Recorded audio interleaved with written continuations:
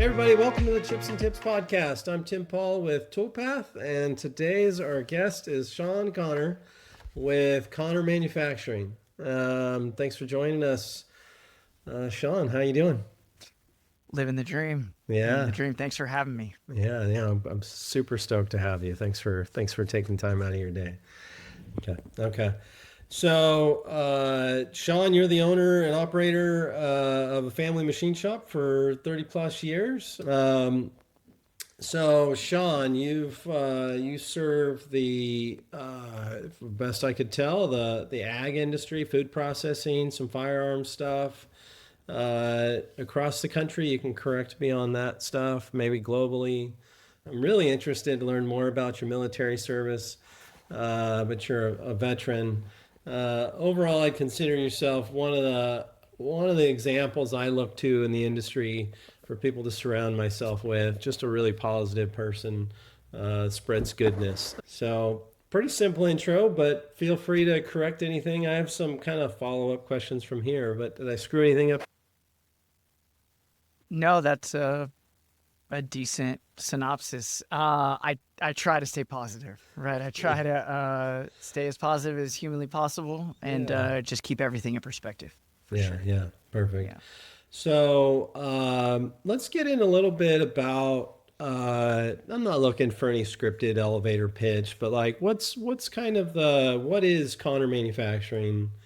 What do you guys do? We're a job shop, machine shop, and I always say that the company probably be a lot better off if I was a better salesman.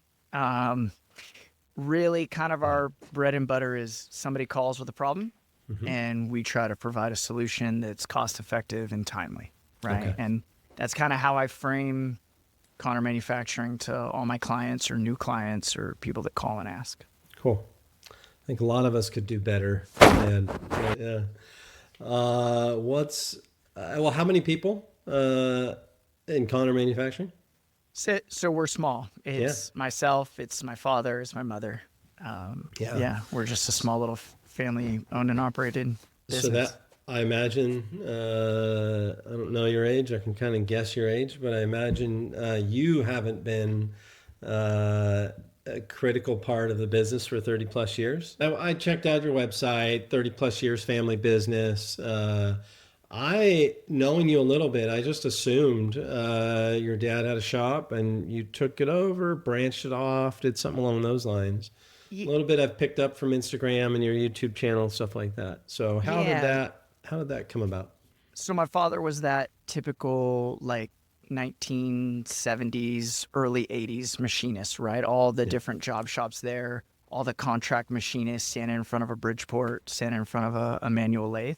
yeah. And then he ultimately purchased a company that he was working at, right? The gentleman retired and Hmm. then sold him the company. He renamed it Conour Manufacturing, last name, right? Perfect. Simple, Yeah, easy. love it. Yeah.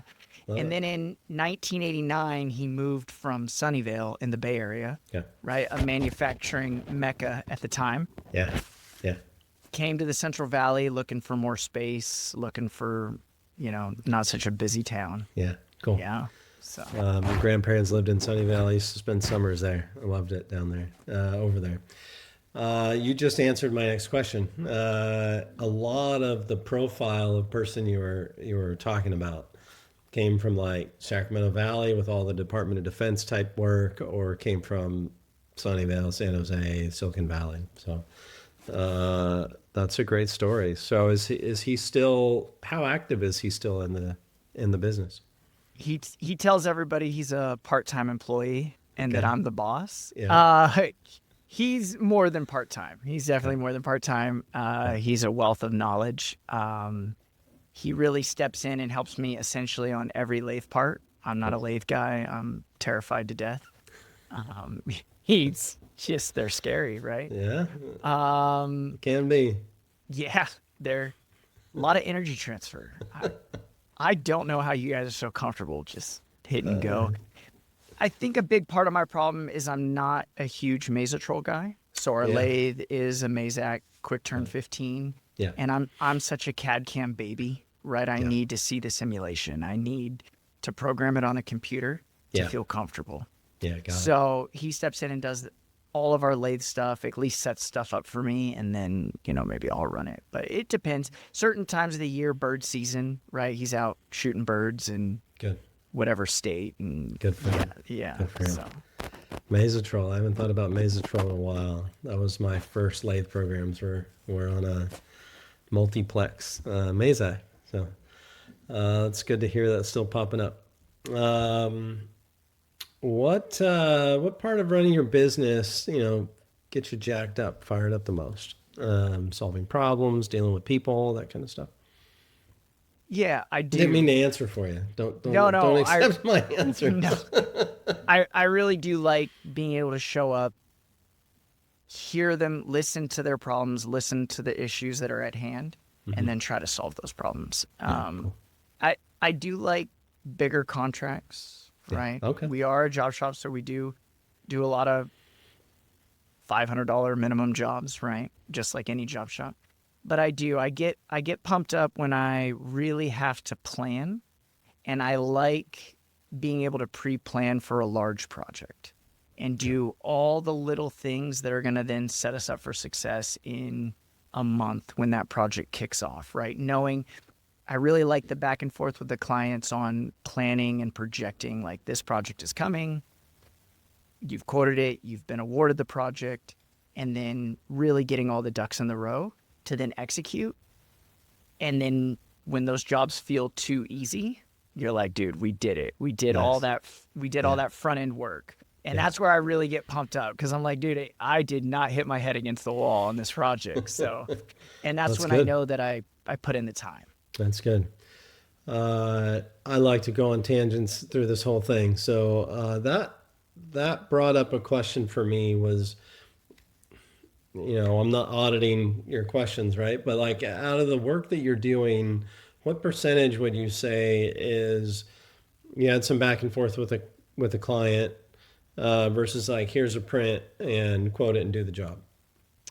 Very few of my jobs are here's a print, make this part. And I think that's probably my fault, right? Is partially how I've sold my company. Like, I go into places and I'm like, I can design you anything and I can draw you anything, And I always, I am a poster child of just bite off more than you can chew and then figure out how to chew it. Yeah. And and perform, right? Like, put your money where your mouth is, tell them that you can do it, and then figure it out. And so, a lot of funky stuff, right? Yeah. A lot of just, and no one thing is super difficult. No, I'm not, more often than not, I'm not putting parts on a rocket ship, right? I'm not putting I guess I'm doing mission critical parts for companies, but nothing that's going to kill anybody. Right? Oh, that's an interesting designator. Yeah. So where I get to save the day, like, let's say that a company that's processing milk, right? Yeah. Milk is a tough one because the company has to stay, the milk has to stay clean, right? It can't have all this bacteria. So now they've got to constantly pump milk through this facility. And let's say they're buying $5 million in milk a month. Well, if they're about to lose sterilization because they have to shut down the whole line, and then it's going to take them a month and a half to get the counts back to where they need them, and now all of a sudden they've dumped $5 million in milk into a lagoon because they're under contract to purchase, there's a lot, like, this huge spotlight on me. Like, hey, you said you can do this. And it's Friday at 8 p.m. and I'm standing in their maintenance shop, right? Which is like, they've got an old bridge for it and a lathe, right? Yeah. And they're like, hey, can you get this done by Sunday morning at 6 a.m.? Yeah. And it's like, I'll be back. I'll see you guys. See you guys at 6 a.m. on Sunday, Yeah. And it's always funny when they're like, hey, we got to have a price from you. And I'm like, oh, did the other guy who came in here to quote this, like, you didn't like his price? And they're like, you're the only one that showed up. And I'm like, oh, okay. So you probably shouldn't make me say a price right now because it's going to be outrageous, right? Yeah. And that's where the relationship and building rapport. And a lot of my clients are great that way, right? They now trust me. They know that I'm not going to take advantage of them. Good. That's a wonderful story, Shawn. there's thousands of those stories in manufacturing. And I think the thing that I pull out of that is how important that relationship is. Yeah, I try to think of like some threads that we can find to kind of help give some insight to other people, as they evaluate and think about their business. That one's a big one to me that I see when a customer can call you and think through a problem. You're adding so much more value than make a part by a deadline, right? And beat a price, because without that, you're really chasing like commodity pricing, right? Yeah, that's interesting. I like milk, so thanks for keeping that going. So I break it into a couple different categories. Kind of like I like to understand what sparked your. I can make some. Maybe we've all made some assumptions, knowing that you grew up around machining, but I like to try to think and understand how your early sparks kind of happen. We'll see how lightning I can keep it, because I always take it off on tangents. So early part of your life, kind of the early sparks. What was the first CNC machine you ever saw in action? It was a Morisaki in my dad's garage that was a tape machine. Yeah, that a guy from the Bay Area came out and put a serial port on it. that's awesome. Yeah. That's awesome. This is where I screw up the lightning round. Man, I grew up around my dad fabricating and welding stuff. Like, were you like into it when you were young? I definitely enjoyed being out there. It was a while. Looking back, right, it's crazy. Like, I just thought it was normal. I thought that people could just talk to their father. Like, when they like walk into the garage and see your dad, Definitely took it for granted, right? As just a young child, my mom would make lunch and hand me a plate and say, "Hey, go bring this to your dad," That's awesome. And so I run a plate of food out there for him. But yeah, he always, when I think back, like you say, like on that, I always remember my father smelling like coolant. Oh, right? yeah. Like, I always remember that. Yeah. Interesting. That's cool. What about the first machine you ever ran yourself? Regrettably, it was probably the Mazak lathe. The Quick Turn 15 was probably the first very simple program that, like, I quote unquote did, and my father's probably looking over my shoulder, like making sure I wasn't about to smash something. You said regrettably. Explain that a little bit. I'm just not a lathe guy. You were the typical mill, not lathe hater. Just don't love them. Oh, I have mad respect. Yeah. I have a ton of respect. I tell people the fastest way to remove material is with a lathe. You simply can't do it any other way, right? Yeah. Lathes can print money, right? Yeah. Lathes can make really great money. Yeah. They're repeatable, they're automatable, right? In theory, I should love lathes. Yeah. Right? Yeah. And I'm terrified. It's not lost on me that I should be more of a lathe guy. It's not lost on me. That's an interesting one. I hear a lot of fear about lathes. I'd probably just out of my own stupidity, I've never been that scared of them. You do gnarly stuff. I mean, you've got the robo drill, dancing around and loading pallets. Like, if there's something to be uncomfortable with, it's in there. But it's what it is. It's not an uncommon opinion. What's the first part you're really proud of that you can think of? Yeah, this is going to be silly, but it was water jet parts. The water jet was one of the first machines where, like, it was my machine, right? And it was like, I have to learn how to run it and work it and maintenance it. And I didn't have that. My father didn't have that tribal knowledge over me on that machine, right? And so it was like the machine that came into the shop, and we both knew nothing about water jets, right? Yeah. And so, like, some simple 2D parts, and I was just jazzed. I was like, bro, this is super cool, Yeah, and then now it's like somebody calls me and like, can you cut something for me? And I'm like, oh, I'm gonna listen to this thing. I gotta go wipe the dust off the keyboard so I can see the numbers. Unclog a nozzle. Oh, sure. It's funny. I was actually just messaging back and forth with the Flying Dutchman on Instagram, right? Because he's about to fire up his water jet, and I was like, dude, you're gonna love it and you're gonna hate it.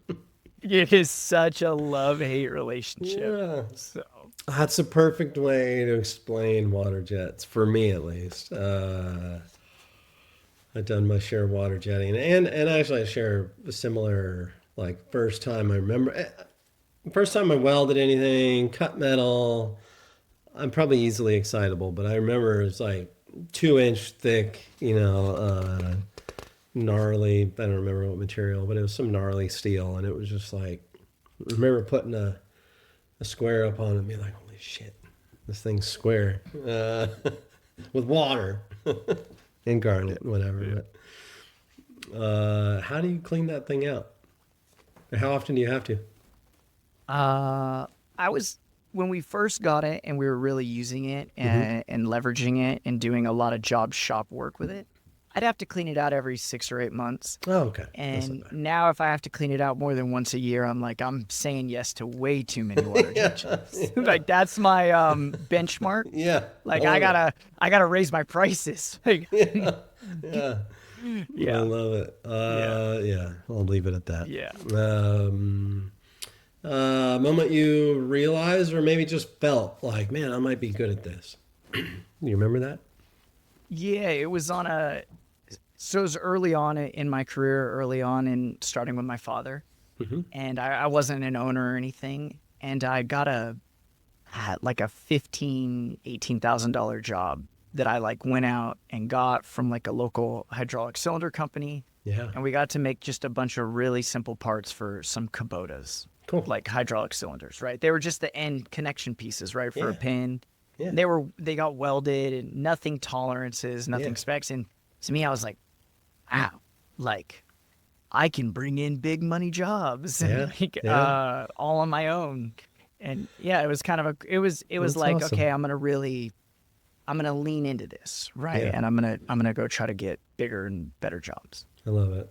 Yeah. I think I frame my life, or at least think through my life, as like those moments. It was like, there's something here. So that's probably shown in how I ask questions. Now the flip side of that question, like, you have a moment where you're like, holy crap, this is harder than I thought I was ready for. For sure. And it wasn't on a specific part per se, but it was doing that transition of breaking away from all Mazaks to like bringing in the Hardinge. We bought it. It had like 2001 Gibbs cam or something crazy, right? And the gentleman that we bought it from had been a big mentor in my father's life in manual machining back in the day, right? So he was retiring. He's moving to Virginia, like so many Californians do. And so we bought the Hardinge from him and the Gibbs, and we had like the old serial port connection on a 2001 Fanic. And like here we were used to these super user-friendly Mazak controls. Obviously, you're just used to what you're used to seeing, right? And then trying to navigate that Fanic was just like, what in the world? Why were people buying these in 2001? Like, like I thought, oh, it's a 2001. This machine's going to be awesome, and that's, we probably purchased that in like 2017. And that's really where the Instagram community, honestly, that's where I started really getting involved around that time. I was actually encouraged to do it by Kamal from Rapid Prototype, right, out of Salida. Yeah. And so he was like 35 minutes for me. Okay. And he would give us work, and we'd do work for him. And he would always just encourage me, like, hey, Shawn, stay after it. You really got to lean into this CAD CAM stuff. Yeah. And so that's really kind of how I got my feet wet with that's awesome programming and stuff like that. And I think I got like a free post from somebody on Instagram where I was like, I can't get it to tool change, and on that 2001, it needs M6 tool whatever, right? Mm-hmm. And this post did it, right? And just bashing my head against all those walls was the hardest. Yeah, the hardest part. What's your favorite machine in your shop right now? The robo drill. Okay, Yeah, good. yeah. Everybody saw that one Hardinge. coming. Yeah, yeah. The Hardings. Yeah, the Hardings really paved the way, right, for the robo drill. Yeah, yeah, yeah. And I will tip my hat to Fanuc. The newer controls are so much nicer. It's like Yeah. using an Android. Is Okay. what I kind of compare it to, right? The Okay. interface. Yeah. That's interesting. I'm not here to say anything bad about Fanuc for sure. That might be the first time I've heard that from about Fanuc. You know, I I love Fanuc. Yeah, if you compare it to like a Datron or like a Haas, you can say whatever you want about Haas, but like their controls are just real user friendly. And when people make a transition over to Fanuc, there's friction, right? For sure. For sure. I have the opinion of when people move from one thing to another, there's friction, right? Regardless of how simple it is. Yeah. Right? Because what you said about Mazak a minute ago was like how user friendly, Mazatrol. I didn't feel that way when I first moved to Mazak. And we're all who moved our cheese kind of, have to deal with that. I remember Mazak. I remember being like, they're hard keys and soft keys. Like, what? Like, that doesn't make any sense. Like, why would you do that? But then after using it for a while, you don't even have to look at it, right? So I love those different perspectives. It's that thousand hours, right? 1,000 hours, Until you get 1,000 hours on something, you really truly haven't scratched the surface, right? Young people pay attention, right? Is that time in the seat, baby? You cannot replace it. Talk about 1,000 hours. Where does that come from for you? Like where does that? Is that what you've been taught? You kind of hear about it. Oh my gosh, why am I blanking on the author's name? I'm terrible with authors. The book. Oh my gosh, we could Google it. Somebody's screaming it right now. I say, nah. Keep rambling, and I'll see how fast my Googling is. So the 1,000 Hours is an author. He's actually a really great author. I've read multiple of his books. Read them early on. One of my English classes coming out of the Marine Corps. Okay. I had to read his 1,000-hour book, and that really Guinea Urich? No, no, that's not it. 1,000 Hours Outside is what's coming up for me. No, that's not it. But anyway, yeah, I'll circle back with the post with the picture of the book. Post it on Instagram. Yeah. And so a great book, right? That just talked about there's no replacement, there's no substitute for being in it, struggling, figuring it out, right? Yeah. Yeah. Yeah. So, how many hours in a working year? Do you know? And people can scream at me all they want. I've always had 2,200 working hours in a year. I always say 52 working weeks. So 42 hours a week, 52 is 2,200. So 2,000, I guess. 2,000, 2,200. Yeah, for a long time in my career, I've always thought, like, I've heard machining's like a 10,000 hour skill, right? Oh. Like, which actually makes sense when when I was growing up as a young machinist and I was applying for jobs, it's like 5-year minimum requirement, 5-year minimum requirement. And I think because shops are hurting so bad for good people now, is they are digging in a little deeper to see how, skilled you are. Mm-hmm. But I still do think there is like these chunks of time that you just need seat time, right? I come from racing and stuff like that. So seat time is always like the thing you need to get better and sharpen your skills. And obviously some people learn faster than others, but you work 70 hours a week, you get that 10,000 hours a little faster than others, right? No. Okay. I wrote that book down. I want to find that. And one of us will post it on Instagram. So, Hmm. um, something about machining that just absolutely kicked your butt. I think we kind of covered that already. Let's skip over to material. So, like, what's like a common material for you? Anything that's just wrecked you? First Inconel job that I ever did wrecked me. Any gnarly materials you work with, or I'm I just do a lot of aluminum. Mhm. We machine a lot of plastic, and then we machine a lot of stainless steel, 304, Yeah, 303, right? So nothing to truly write home about. yeah, I would say that some of the more difficult stuff is like for a long time there, a couple years ahead of COVID, and then kind of stopped during COVID. We were doing a ton of G10.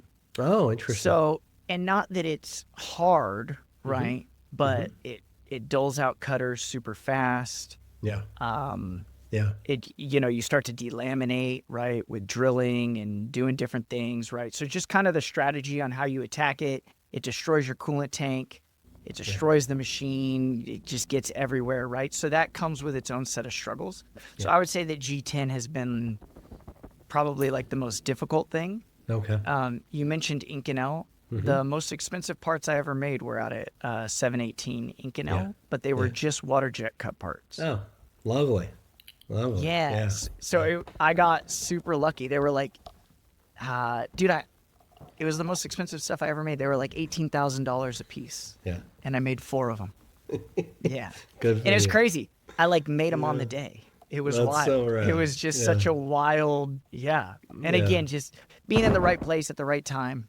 Again, yeah. that job, all because of relationships, all because of me saying like that. The other quotes they had were crazy, like Okay. $30,000, right? Wow. And it was Wow. me really going in there and taking the time to see what do you actually need, Okay. and how Okay. can we make this as cost effective for you as possible, right? Do you know what that ended up on? Like what kind of application? Yeah, they went into Gallo Glass, Modesto Gallo Glass, Okay.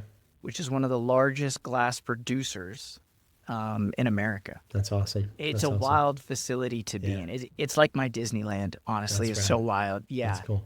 And they were the guillotines. So if they're the furnaces are always making glass, Yeah. right? Yeah. And you have to. Yeah. And if there's a problem downstream, they would drop these guillotines to prevent like loss. Oh. Here is loss of life, right? Yeah. Yeah. Yeah. Interesting. Yeah. That's cool. Do you feel like there was any big turning points in your career that are like stand out to you as like a milestone or important? Yes. So, you know him. He's one of my best friends, Mark Konchak, Yeah. Yeah. right? Love that guy. He's Yeah. he's a madman, right? He's wild, and he's the most humble person ever. He probably is uncomfortable if me just mentioning his name. But we're him also encouraging me, right? As I like was dabbling in fusion, he was already a full Oh, blown okay. expert, right? He'd already definitely had his 10,000 seat hours. And so he's been a big impact in just seeing that I could build relationships with people, honest people, people that care, right? I'm able to help him in his company. He's able to help me in my company.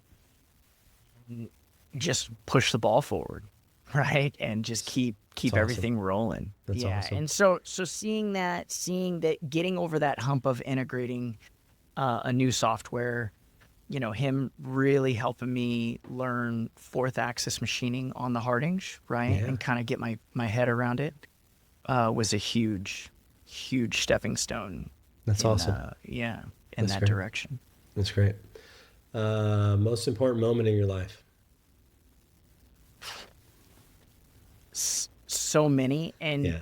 Yeah. it's funny that you say like, oh, Sean's a positive person. And so it's kind of crazy. I look at this through a positive lens, Mm-hmm. but the passing of my mother, which is Interesting. not like, it's not, it's because of everything that came from that, right? It's where life took our family. It's where life took me, and Yeah. mentalities and viewpoints and stuff like that, right? And so, Interesting. That's powerful. although that was like the darkest day, that is in and of itself a really big, Yeah. leaves a lasting mark on me. So, my mother passed away when I was in the 5th grade. Oh no. Yeah, and so here's my father running a machine shop. He's got 3 kids, right? He's basically, I believe he was 36, my age now, right? And so that's something that in these coming years, as I've gotten closer to 36 and am 36, is something that I reflect on, from time to time. And it's like, I couldn't imagine losing my wife with 3 kids right now. Yeah. Right. And there's so many weird parallels to the age and where we were in business. Yeah. But yeah, that was obviously very, very hard time, very, very difficult time. But Yeah. from that, right, and how it's helped form me and shape me and kind of turn me into the person I am today. That's powerful, man. Thanks for sharing that. Do you have any big professional mistakes that are worth sharing that you learned something from? Yes. So this isn't machining related. Okay. I was in the Marine Corps. Mm-hmm. And I was relatively new, right? So I graduate boot camp and whatnot, and I got sent to Aberdeen, Maryland to do like what I was going to do in the Marine Corps, right? Okay. To learn that specific skill set. And it was like there's 3 feet of snow on the ground, and here I am, this California boy that just I was wearing a t-shirt a couple days, beforehand. Anyway, so get there and I get sick as a dog, and I'm just trying to, in the Marine Corps, like, you can't show weakness, especially Sick. That's early weakness. on like that. Yeah. Like, your immune system sucks. And so I'm just trying to like bear down and just like get through this. And I'm like clammy, cold sweats, and one of the instructors tells me, you got to go to see the doctor, the infirmary or whatever. And so I leave there, and Aberdeen, Maryland's like this huge, they call it the proving grounds. It's a massive base. Okay. And so I got to walk like 3-4 miles right through the snow by myself to get to this hospital, right? And so I go there, and they give me some medication and stuff. And then I got to walk, and then I'm like looking at the time, and I'm like, it's almost lunchtime, right? So the guys are all going to be coming back to the barracks. The barracks was like a 2-mile walk versus like a 4-mile walk, right? And it's funny coming from me, like mileage is like this, like, oh, shit, just a couple miles, And again, I was literally, I felt like I was on my deathbed. And so I made the poor decision to go back to my barracks room. And then one of the instructors from the schoolhouse had actually gone to check on me at the hospital. Not because he was trying to get me in trouble, but he realized how sick I was. Okay. Realized I wasn't at the hospital anymore, right?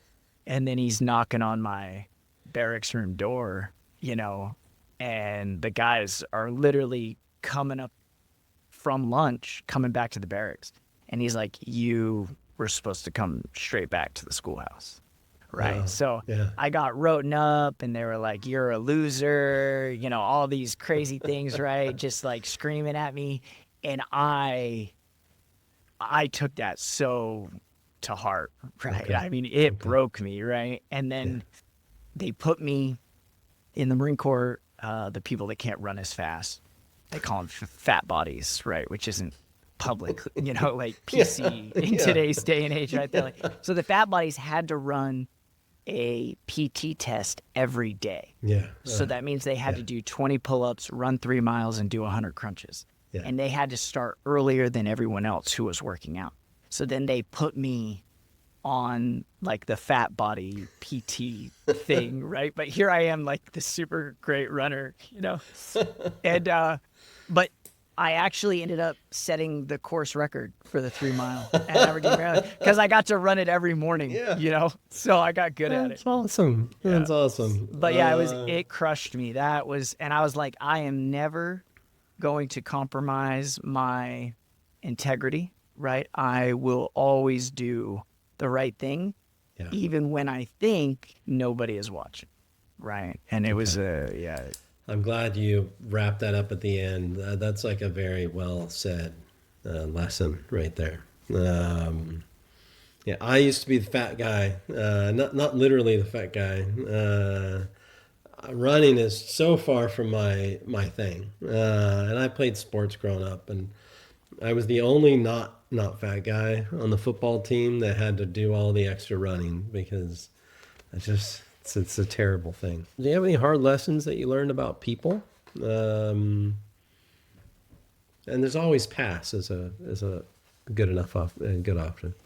Yeah, I honestly think that I've honestly been super lucky in life, Good. and I have always been just so blessed to be around such talented people that Awesome. were always had good intentions, right? That's good. I've That's never, and I was like a super naive young kid, you Yeah. know, completely unaware of the That's world, right? And That's how great. harsh it can be. Yeah. So. Do you feel like you pretty naturally just start off with just trusting and assuming people have good intentions? Yeah, I think that it's guilty until or innocent until proven guilty, right? Yeah. And it versus guilty until proven innocent, right? I think that obviously with your children, right, with other things, right, that's a completely different story. But just in terms of me, somebody coming in the shop asking for a part, right? I've really never been burned by Okay. anybody. Some people have taken longer, Yeah. to pay and different things like that. But I think you could just trust but verify. Yeah. You know, it doesn't hurt to Google somebody in today's day and age, right? Yeah. And that has helped. That has prevented me. And again, part of that is my mother. So my father remarried, I guess, to kind of bring that full circle, right? Yeah. My father remarried a great lady 3.5 years later or something. Okay. And she had two boys. Okay. So now there's 5 of us, and we're all one big happy family. And she's a great lady. She has Googled people and been like, "Hey, Shawn, that's COD, right? This guy's COD before you get paid, right?" So I definitely would have been burned in business if it wasn't for my mom looking out for me. I've absolutely been burned, but I always say like positivity is a decision, and I think it's a decision to, kind of proceed with caution, generally trust people. When I had my own business helping people make parts, design parts, stuff like that, you get pulled into lots of like hope and dream type people, right? If you know how to make stuff, there's lots of people that have hopes and dreams, right? So, out of just being naive or whatever. What's a good mile count for you? You're a big runner. We'll talk about that maybe a little bit more later. But what's a good weekly mile count for you? Do you track that stuff? No, I'm so laissez-faire about it. Good. Everybody can't believe, most of my runner friends, right? They can't believe that I don't have a Strava app or whatever it's called. Yeah, I love it. I run for the love of the game, right? I try really hard to run twice a week, right? And that's for my mental health, right? Yeah. And that's just for stress and cortisol and sweating out all the toxins and, just breathing some fresh air. I always run with my shirt off. The Marine Corps, we wore the short shorts, and I just have super short shorts. And I'm pretty sure people in my town look at me like I'm crazy. And then I'm running with my twin boys, or I'm running with one of the boys and Emma. Awesome. And so they're getting to the point where they're getting out and they're running a half mile at a time, which is wild to me. That's so awesome. And so I probably run, I would say a light week is 10, 12 miles broken up over 2 runs. Yeah. And then sometimes I get lucky and I get to fit in 3 or 4 runs. There's been different times where I've been training to help friends, like be a pacer for them on like long distance runs and stuff. Okay. Where I've definitely stepped up my mileage. So I did a marathon a year ago, and I pushed my daughter in it for an entire marathon. And that was the single hardest thing physically that I'd ever done on the day. Yeah. So I did that in 3 hours and 50 minutes, Nice. pushing a 7-year-old. And That's awesome. that about broke me doing sub 9-minute miles for 26.2 miles. So leading up to that, I was doing a lot more mileage. Yeah. Okay. What's the longest you've run in one shot? One bite? That was it? Yeah, marathon. Okay. I don't think I raw dogged the first marathon I ever ran. I'd been running like 5 miles twice a week, and then my buddies, like, literally they pressured me. Yeah. And it wasn't even, I was in like a group chat about it. Mm-hmm. And then it's a husband-wife combo. Okay. And she was talking shit how she was gonna beat him. and then I was like, oh, I gotta be here to see that. Like, so I went and ran a marathon and was wholly unprepared. And I did that in 3 hours and 33 minutes. And then a year later, I ran with my daughter, prepared with a game plan. Right. Yeah. What marathon was it? I did the Fresno Marathon, the Twin Cities, and then I did the Modesto Marathon.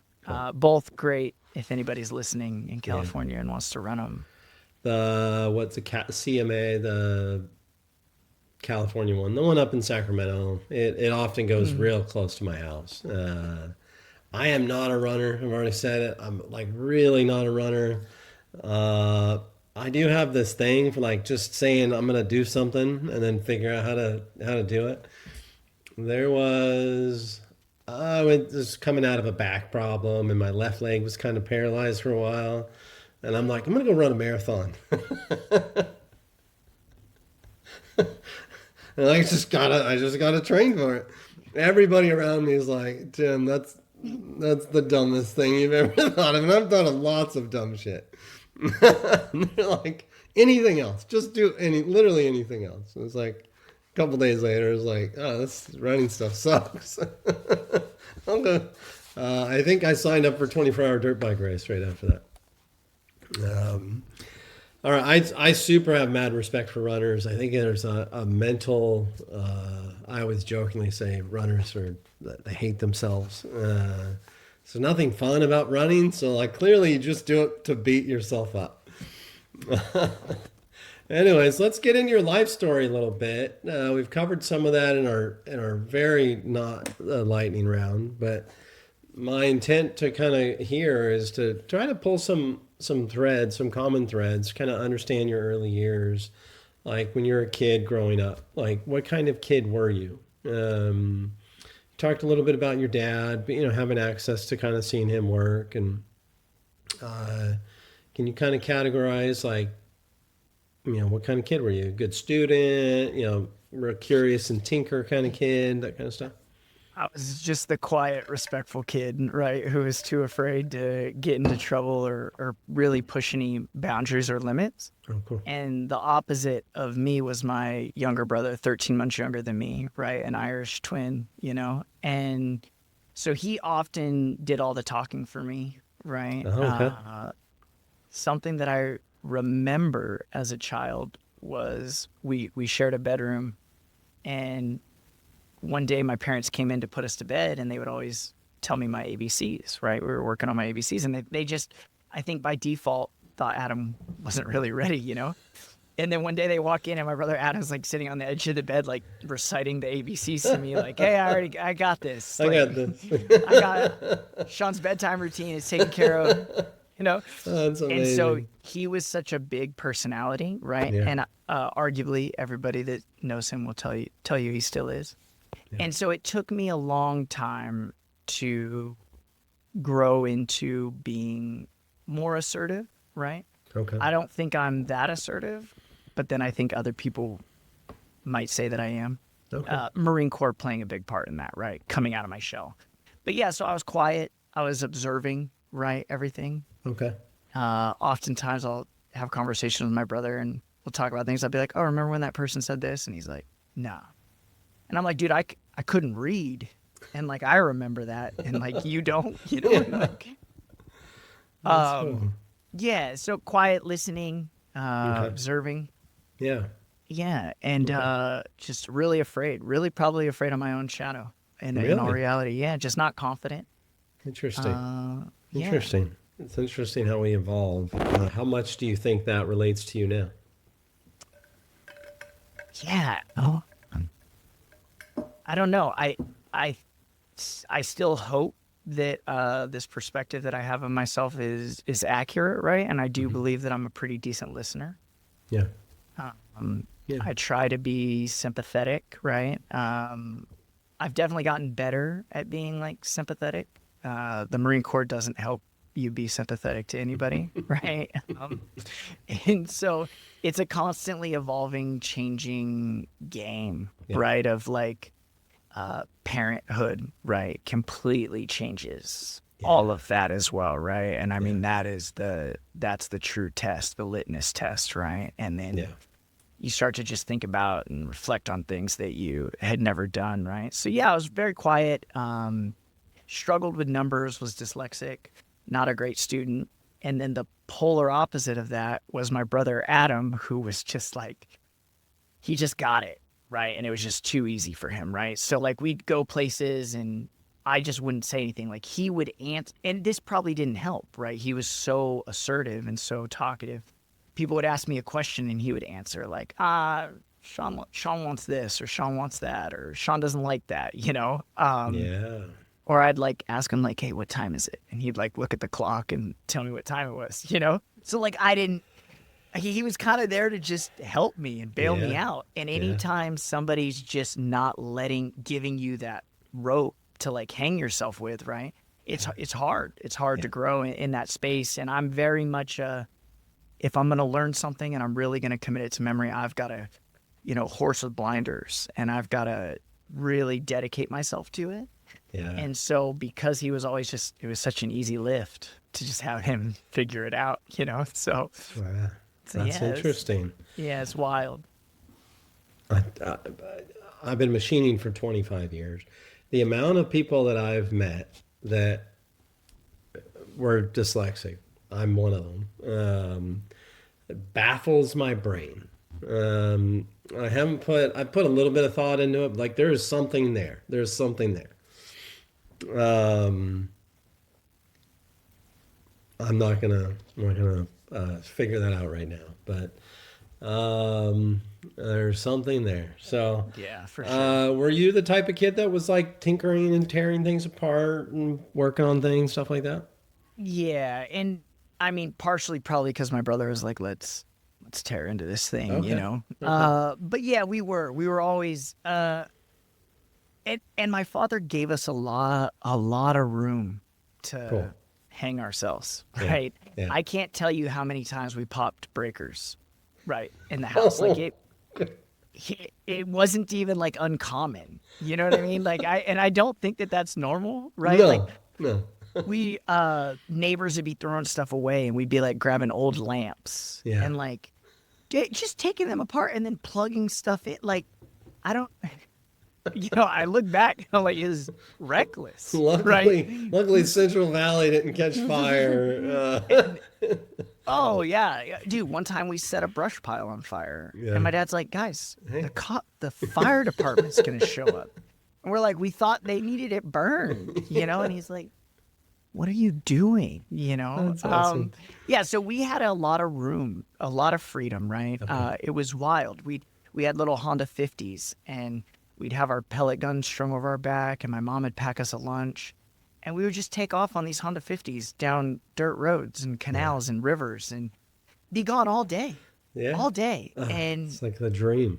yeah, and just adventuring and like crashing and wrecking and getting flat tires and taking our shirts and creating like a rope to pull the other bike and we're like on our reserve tanks of gas, like Yeah. trying to get home and like trying to beat the sun, And like we get home and like it wasn't even like our parents were like, "Why were you gone so long?" They're like, "Hey, flat tires." Ready for dinner? Whatever. Yeah.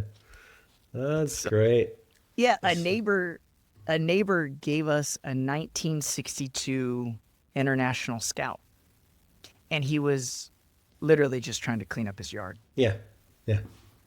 And I don't even know how he convinced my father to like give it to us because we were probably 6 and 7, Wow. maybe.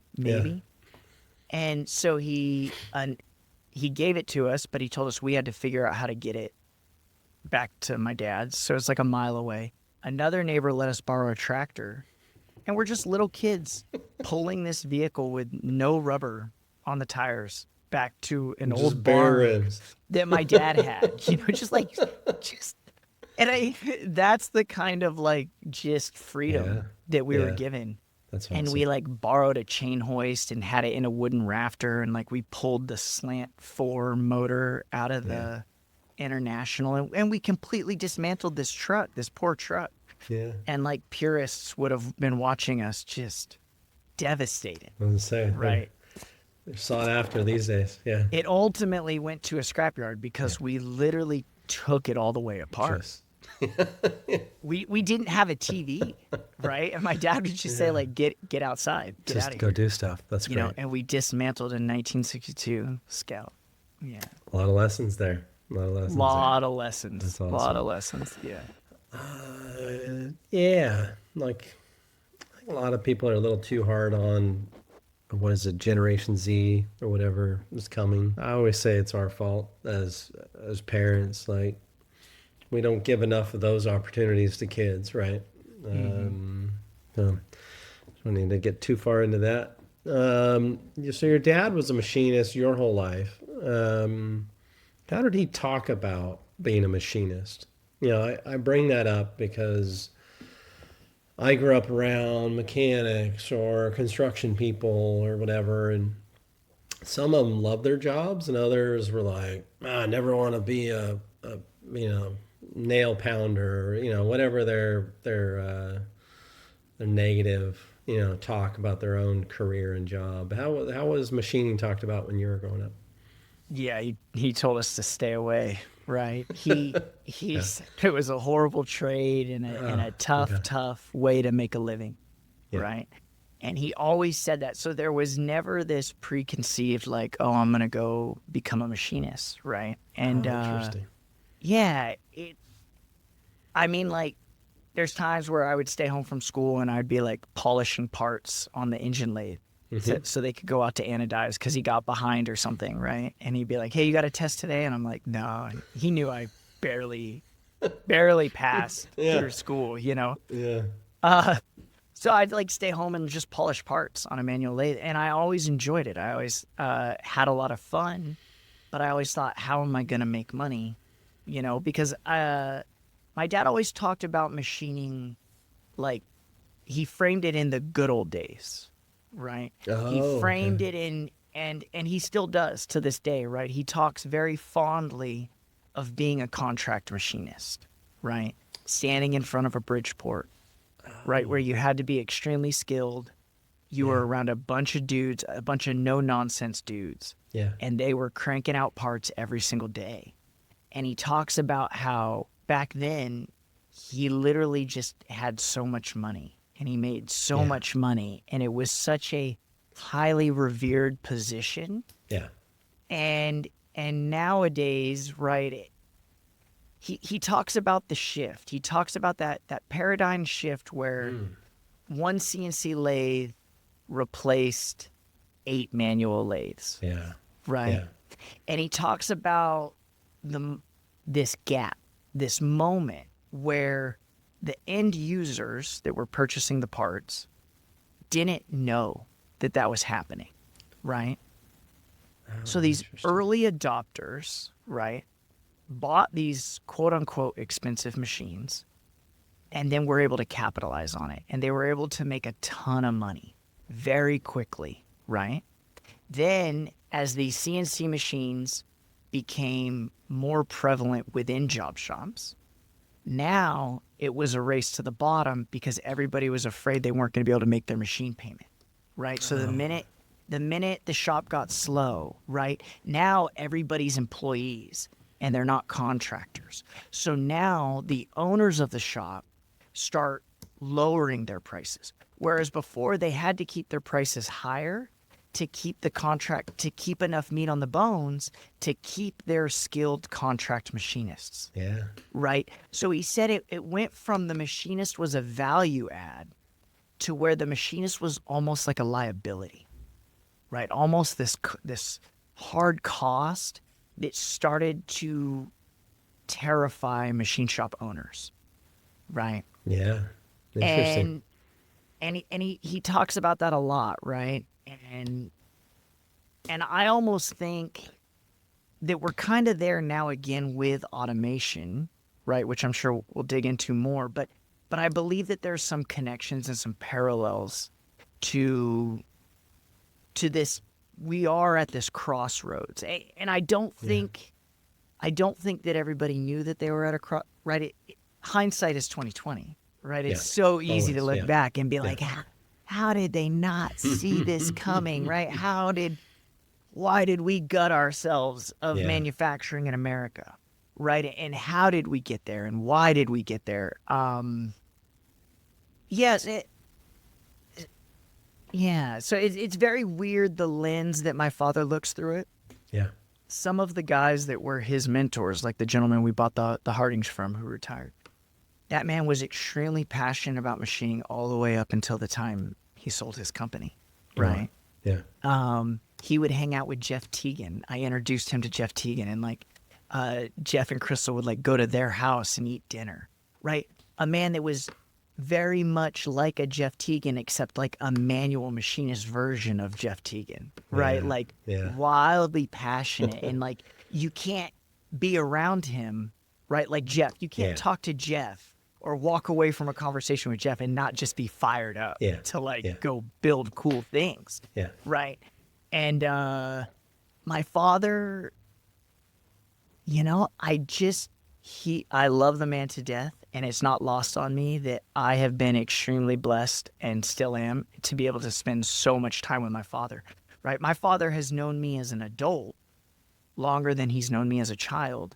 Yeah. And we've spent the same amount of time together, essentially, other than my short stint in 4 years in the Marine Corps, right? Yeah.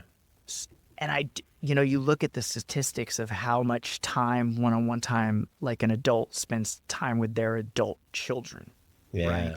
And they don't. And so I've gotten to get all these perspectives, but my father in general has never been very passionate about building, right? Okay. He values the skill set in a man, right? He values, like a man is capable, predicated on, what they can build, right? Yeah. And part of that's probably me, that quiet Shawn in the background, not wanting to upset anybody. Honestly, probably wanting to be a people pleaser, right? A little bit. Okay. And so what I did see in my father wasn't the passion of manufacturing, but the passion of like where he valued the ability of somebody to create and build and not just consume. Right. Interesting. Okay. Yeah. Super interesting. I love that part of the story. So thanks for sharing that. I got to marinate on that because I do want to. I have like a lot of questions are racing through my brain. Like I actually want to chat with him, not just sidestep you. But no, we need to come to your shop. Totally. We'll try to drag him up there. Awesome. He always acts like he doesn't want to go places and do things, and then he gets somewhere, and then I'm like, hey, Dad, we got to beat the traffic, and he's like, it doesn't matter, we're here. And he's just chit-chatting. And I'm like, you didn't want to leave the house, My dad, I hate people, and then he just won't stop talking to people when he starts chatting with them. Oh, that's interesting. That's gonna have me thinking for a long time, to be honest. I think about the history of machining and the evolution of it through our time, kind of in America, and how we teach machining. A lot of that stuff. So that'll reshape some of the way I think about stuff. That's interesting. So thanks for sharing that. What about, when did you realize, after this question, I want to talk about your military service. So maybe they're intertwined. But when did you decide or think like, I might want to be a machinist, have my own business, something like that? It just happened. It kind of just happened organically, right? So I got back, and And I almost re-enlisted in the Marine Corps, right? I had reached the rank of sergeant in 4 years, which is a decent benchmark to show that you're, motivated and getting after it and working hard and that you care. But I knew that I wanted to start a family, someday in the not too distant future. And I knew that military life was extremely hard on families, right? Yeah. And so I knew that, like, when I got home, like, part of my mentality of getting out was like, I am going to spend more time with my father, right? My other brother was still in the Army. My other brother was still in the Navy. I had 2 younger brothers that were still in town. I wanted to hang out with them. I wanted to be around them, help them. And so as I was going to college, I started off as a business major. And then I was like, this is ridiculous. Like, how they do accounting is so ridiculous. And I was like, I'm out, right? Yeah. And then I kind of morphed into welding. And then I basically have a welding degree. I'm like 1.5 semester class away from having a welding degree. And I had to take a drafting class. And then I was like, oh, this is fun. And it brought up all the, seeing all the blueprints, like old school manual blueprints, like big ones hanging on walls, and literally the blue ink, from my father's day, right? Because he went from fully manual to CNC. Yeah. And so I started doing that. And then I just kept on the mechanical drafting side and got introduced to SolidWorks, got introduced to Fusion, AutoCAD. And I just enjoyed it. Cool. And so during that time, like, my father wanted an air compressor shed built at his shop.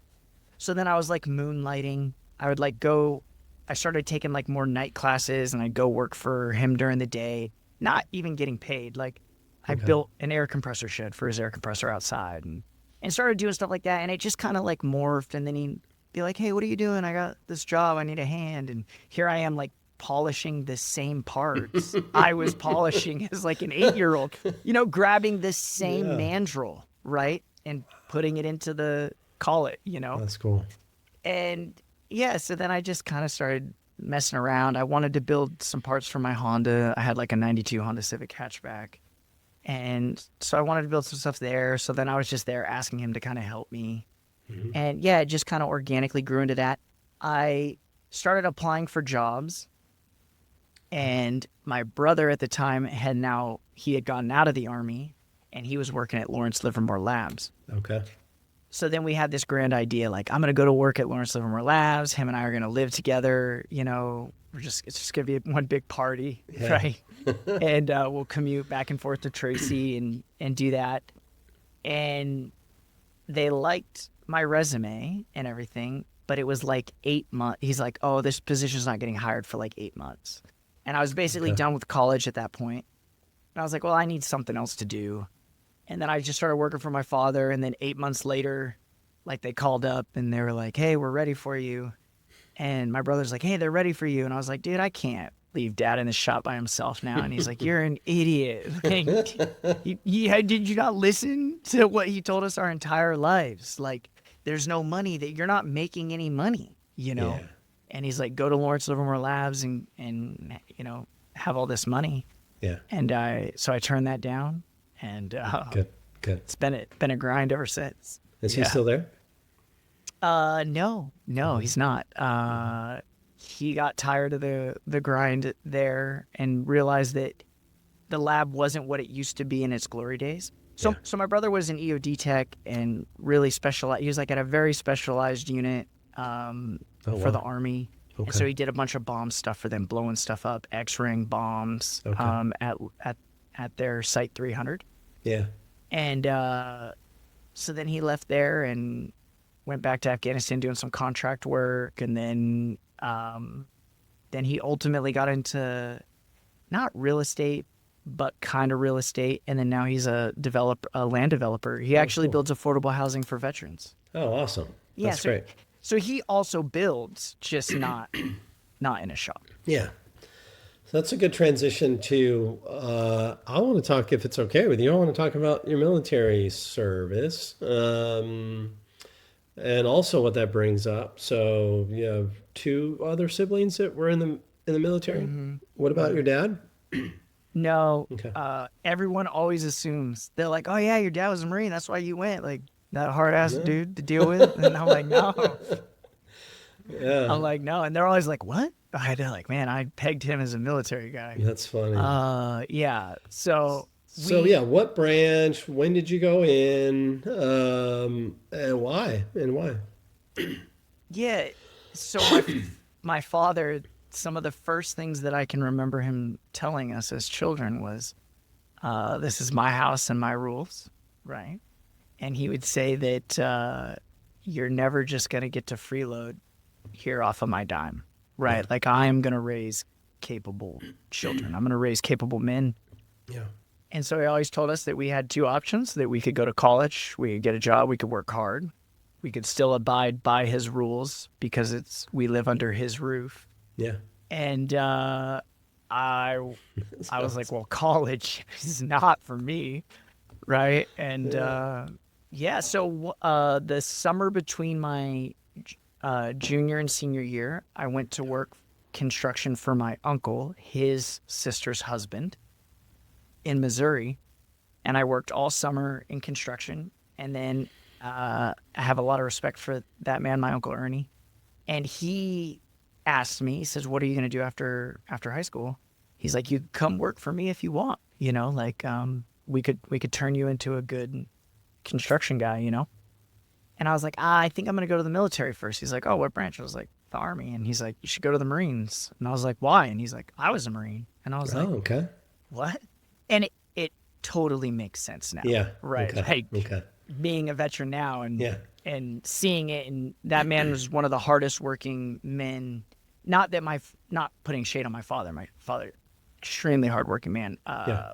But outside of my father, that man is super hard worker. And so I just realized, like, man, if that guy, he said something to the effect of, the Marine Corps made me the man I am Yeah. today. Yeah. And I was like, well, so I got back on a plane, came back to California like a day before my senior year started. And I was always a year older. I actually got held back. Okay. I got held back. My father, the school system wasn't going to I passed Okay. the 5th grade, but that's the same year that my mother passed away. And that was very hard on me. And like, I already struggled scholastically.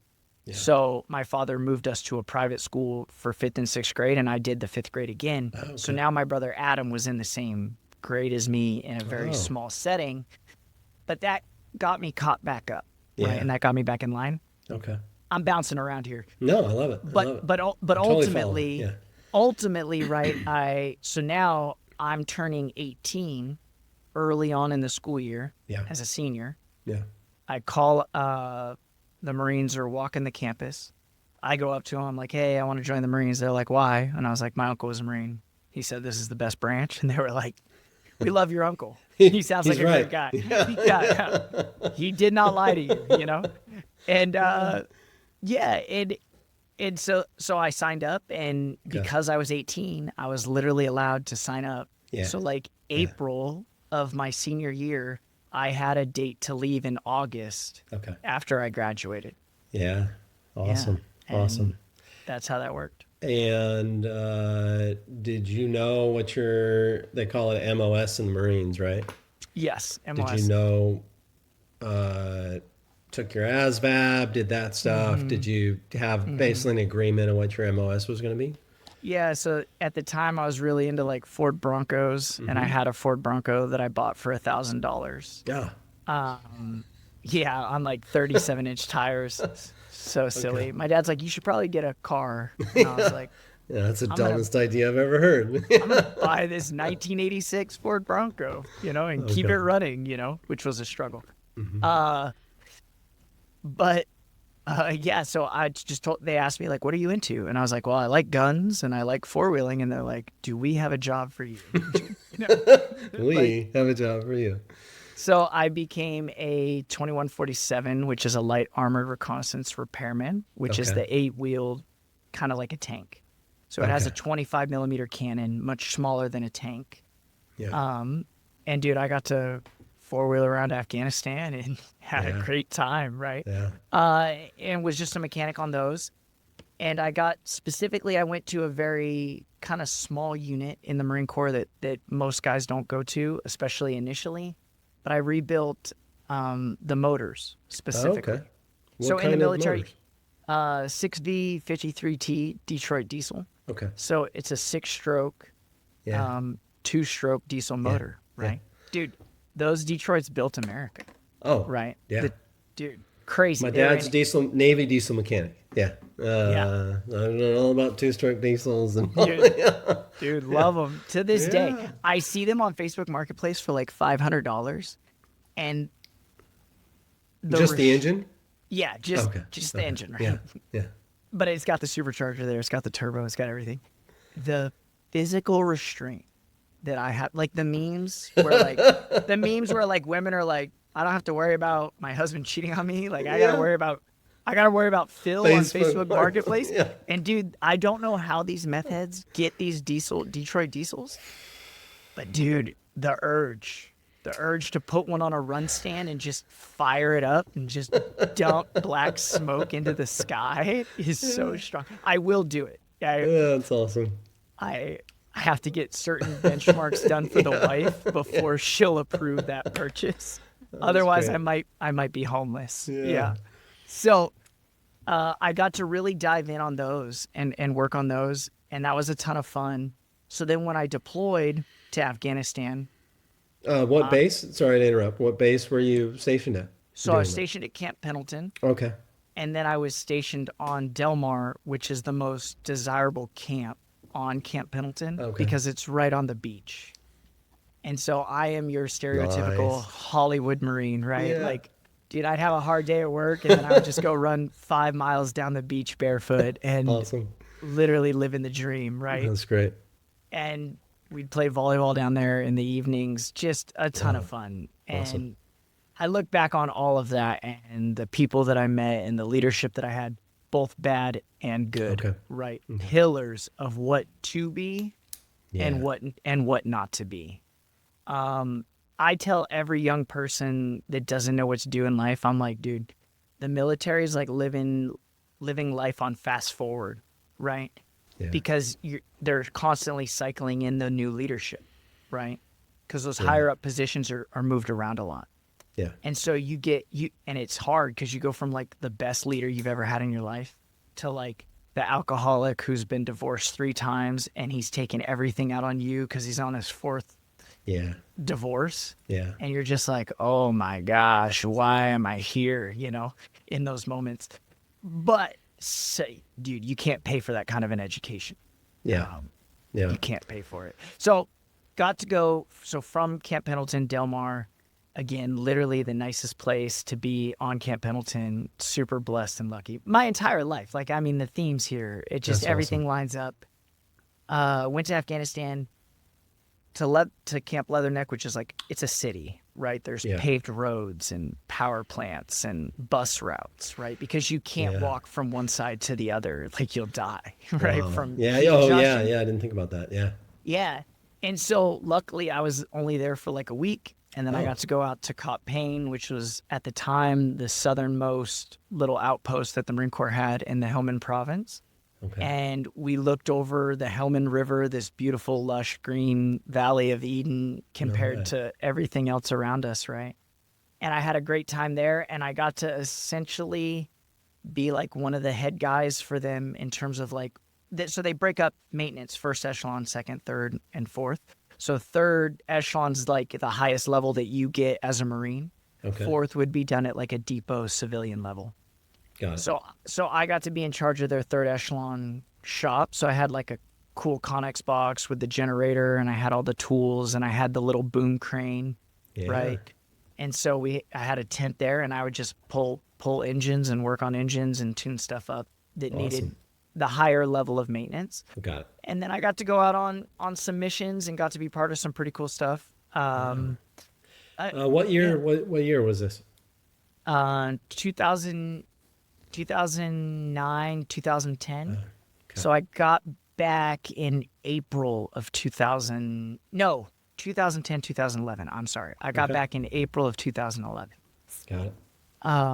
Had a great time. I got to ride around on a tank, recovery tank for, I don't know, 5-10 days one time. Super fun. Yeah. Yeah, just had an absolute blast. Had so much fun. Something that the media doesn't really talk about or whatever is that of all the men and women that went to Iraq and Afghanistan, it's something like only 15% left a major military base. Right. Yeah. And of that 15%, like 5% of them saw combat. Right. And so I'm not downplaying anything that any of those guys did that did see combat. Yeah. But it's not as bad as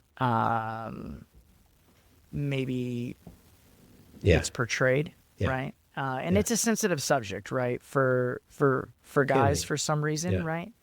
And I think some people feel guilty for maybe feeling like they didn't have to sacrifice as much as others, right? Yeah, I mean, I can. I don't want to talk about I feel I'm of the age. I'm 48. A lot of the guys I grew up playing football with spent their time over there. I've gone through I should have served. I should have something. I'm over it now, right? It was never an option for me. When I was a kid, I was like, oh, join, especially with my family and just kind of the culture I grew up in was like, oh, you graduate, nobody goes to college. You go, you go get a job or go to the military. And it was in high school when I realized having one ear, made me not, the military wasn't an option. So then after 9/11, it was like, this kind of sucks. And a lot of people going in the military, I should be doing that. So I imagine a lot of the people that were in have all kinds of mixed emotions about it, right? Yeah. The plight of man. Just, such a weird thing, right? Yeah. It is wild. Okay, so overall, how much do you feel like that experience shaped, who you are, how you run your business, how you treat your kids, stuff like that? Yeah, huge impact, right? Like the great leaders that I had would talk about how difficult being a father was, right? Okay. And how difficult being a good father was, right? And trying to, they would obviously relate because they were in the thick of it, right? With kids. And then here we are, these young, dumb knuckleheads that can hardly listen, and think that we know everything and we think we're invincible, right? And I had a great leader, and one thing that he always said to us is, nothing good happens after 9 p.m. Go home, right? Like, think about everybody that's ever gotten themselves in trouble and what percentage was after 9 p.m. Yeah. Right? Yeah. Dumb decisions made, stuff like that, right? So again, just such great influences on me in the military, being part of Bible studies, right? And the Bible study, the guy who ran it was a genius. It was on Friday night. Right? Every Friday night, right? By default, that man did more to keep me out of trouble, right? Than probably any other human has ever worked hard to keep other young, dumb men out of trouble, right? And you just look back at those little things and you're like, he was a genius. And he wasn't even, and I was too dumb to even know that he was doing it on purpose. So the military, it just totally shaped my life, right? And I saw what I wanted to be, how I wanted to act on like family days. You saw guys there with their kids who would never touch them. And then you saw the leaders there that were like holding their kids and walking around. And you're like, man, that's the guy, right? Yeah. Like that's the man. And it all made sense. He was the good leader. He was the one that everybody respected, right? Yeah. And it all goes hand in hand. And it's just it's a constant battle of management of time, being disciplined, being consistent. And the one thing that the Marine Corps, everybody wants to say the Marine Corps is the best branch. And I mean, I'm not going to disagree with them. But my Navy brother probably might disagree. Well, I tell them that we're just the men's department of the Navy. Yeah. Right. The Navy guys don't like that. And so I have nothing but love for everybody, right? And everywhere. And the one thing that the Marine Corps does is like the difference between my brother's experience in the Army and mine in the Marine Corps is that we were literally micromanaged to an nth degree, right? And it was that discipline. You know, our first sergeant on a random Wednesday would go and walk through our rooms, and if he saw that you didn't sweep your room before you left for work, you're in trouble. We're tearing the barracks apart. Everything's coming out of everybody's rooms, and we're, and so just it was like you did the same thing every single day, no matter what, right? And so to this day, like, you can almost set your clock that I'm going to be pulling out of my driveway at, 5:40, 5:45, right? Yeah. And even though nobody's telling me that I have to be at work at 6, right? Yeah. I'm That's at work important. at 6, right? That stuff translates to life. Yeah. Yeah. Yeah, that's for awesome. sure. That's awesome. Do you have like a most memorable kind of moment? I think that just in general, Afghanistan was an absolute blast for me. That's good. It wasn't lost on me that it was a waste of taxpayer money, but just a side note, asterisk. Yeah. But like it was a blast, and I had so much fun, and the people, and just getting so close to everybody. Everybody was so much nicer in Afghanistan because everybody's walking around with a loaded gun. So like no one's screaming at you like they are stateside, right? It's a completely different vibe. Okay. And I loved it. I had so much fun. So knowing a ton of people that have gone through the military, it makes me super happy that your experience was like that. You know more people than me, I'm sure, but you hear like, the good and bad, right? And I think leadership makes such a huge difference. It seems like almost every male in my family just about has been in the military, mostly Navy. Marines have to get around somehow, right? Yeah. Absolutely. And it's just interesting to see, how different people kind of get through that and navigate that and how it shapes their lives. 100%. All right. I wanted to talk a little bit about, if you're okay with it, you talked about your faith a few times. Yeah, absolutely. I think it's interesting just kind of how it shapes your life and where you're raised. So I definitely think of you as a man of faith. I think you share it fairly openly on Instagram, and it's come up a few times here. How was your faith kind of as a child, and how does it kind of translate to your business and stuff like that? Yeah, I was raised in the church, and we went to church all the time and stuff like that. And as a kid, you just and again, I wasn't an intellectual kid. I'm not an intellectual adult, but like I for sure wasn't an intellectual kid, So I think a lot of what they were saying was probably lost on me, right? But I learned a lot in the Marine Corps in those Wednesday and Friday night Bible studies. And really my big takeaway, and not to be preachy, is like, I always water everything down, right? I always take everything to the lowest common denominator just by default. I don't have the brain power bandwidth, right? To try to get super deep into things. Yeah. But I always tell people, if I could boil down the Bible, right? Because there's a big difference between religion and the Bible. If you can boil the Bible down to one word, I would say that it's love, right? I like that. And just if you could just say one thing about it, and that's just predicated on, the New Testament and Jesus and him coming and being the ultimate sacrifice for the entire world, right? And to be our advocate to get us into heaven. And so I think that if we can all just look at whatever you believe through the lens of being loving and kind and respectful, then it can go a long way. Obviously, you can't be a complete pushover, in life, right? As a nation and all these other things, right? As men, we corrupt everything, right? Absolute power corrupts absolutely every time. And so I'm just a big believer in loving people, talking to people, being kind, saying hi. You know, my little boys, every time we go on runs, you know, or we don't run past many people because people aren't outside walking. It's sad. But like anytime I do, I'm like, oh, hey, hi, you know, good afternoon, whatever. And then my little boys always look at me and they go, Dad, why do they know say nothing? Right? Because they're 3 and their vocabulary is limited, you know? Hey, why that man say nothing to you? And I'm like, brother, most people don't say hi to people anymore, you know? And so just, you know, just engaging people, knowing your neighbors is huge, right? We've lost that in America.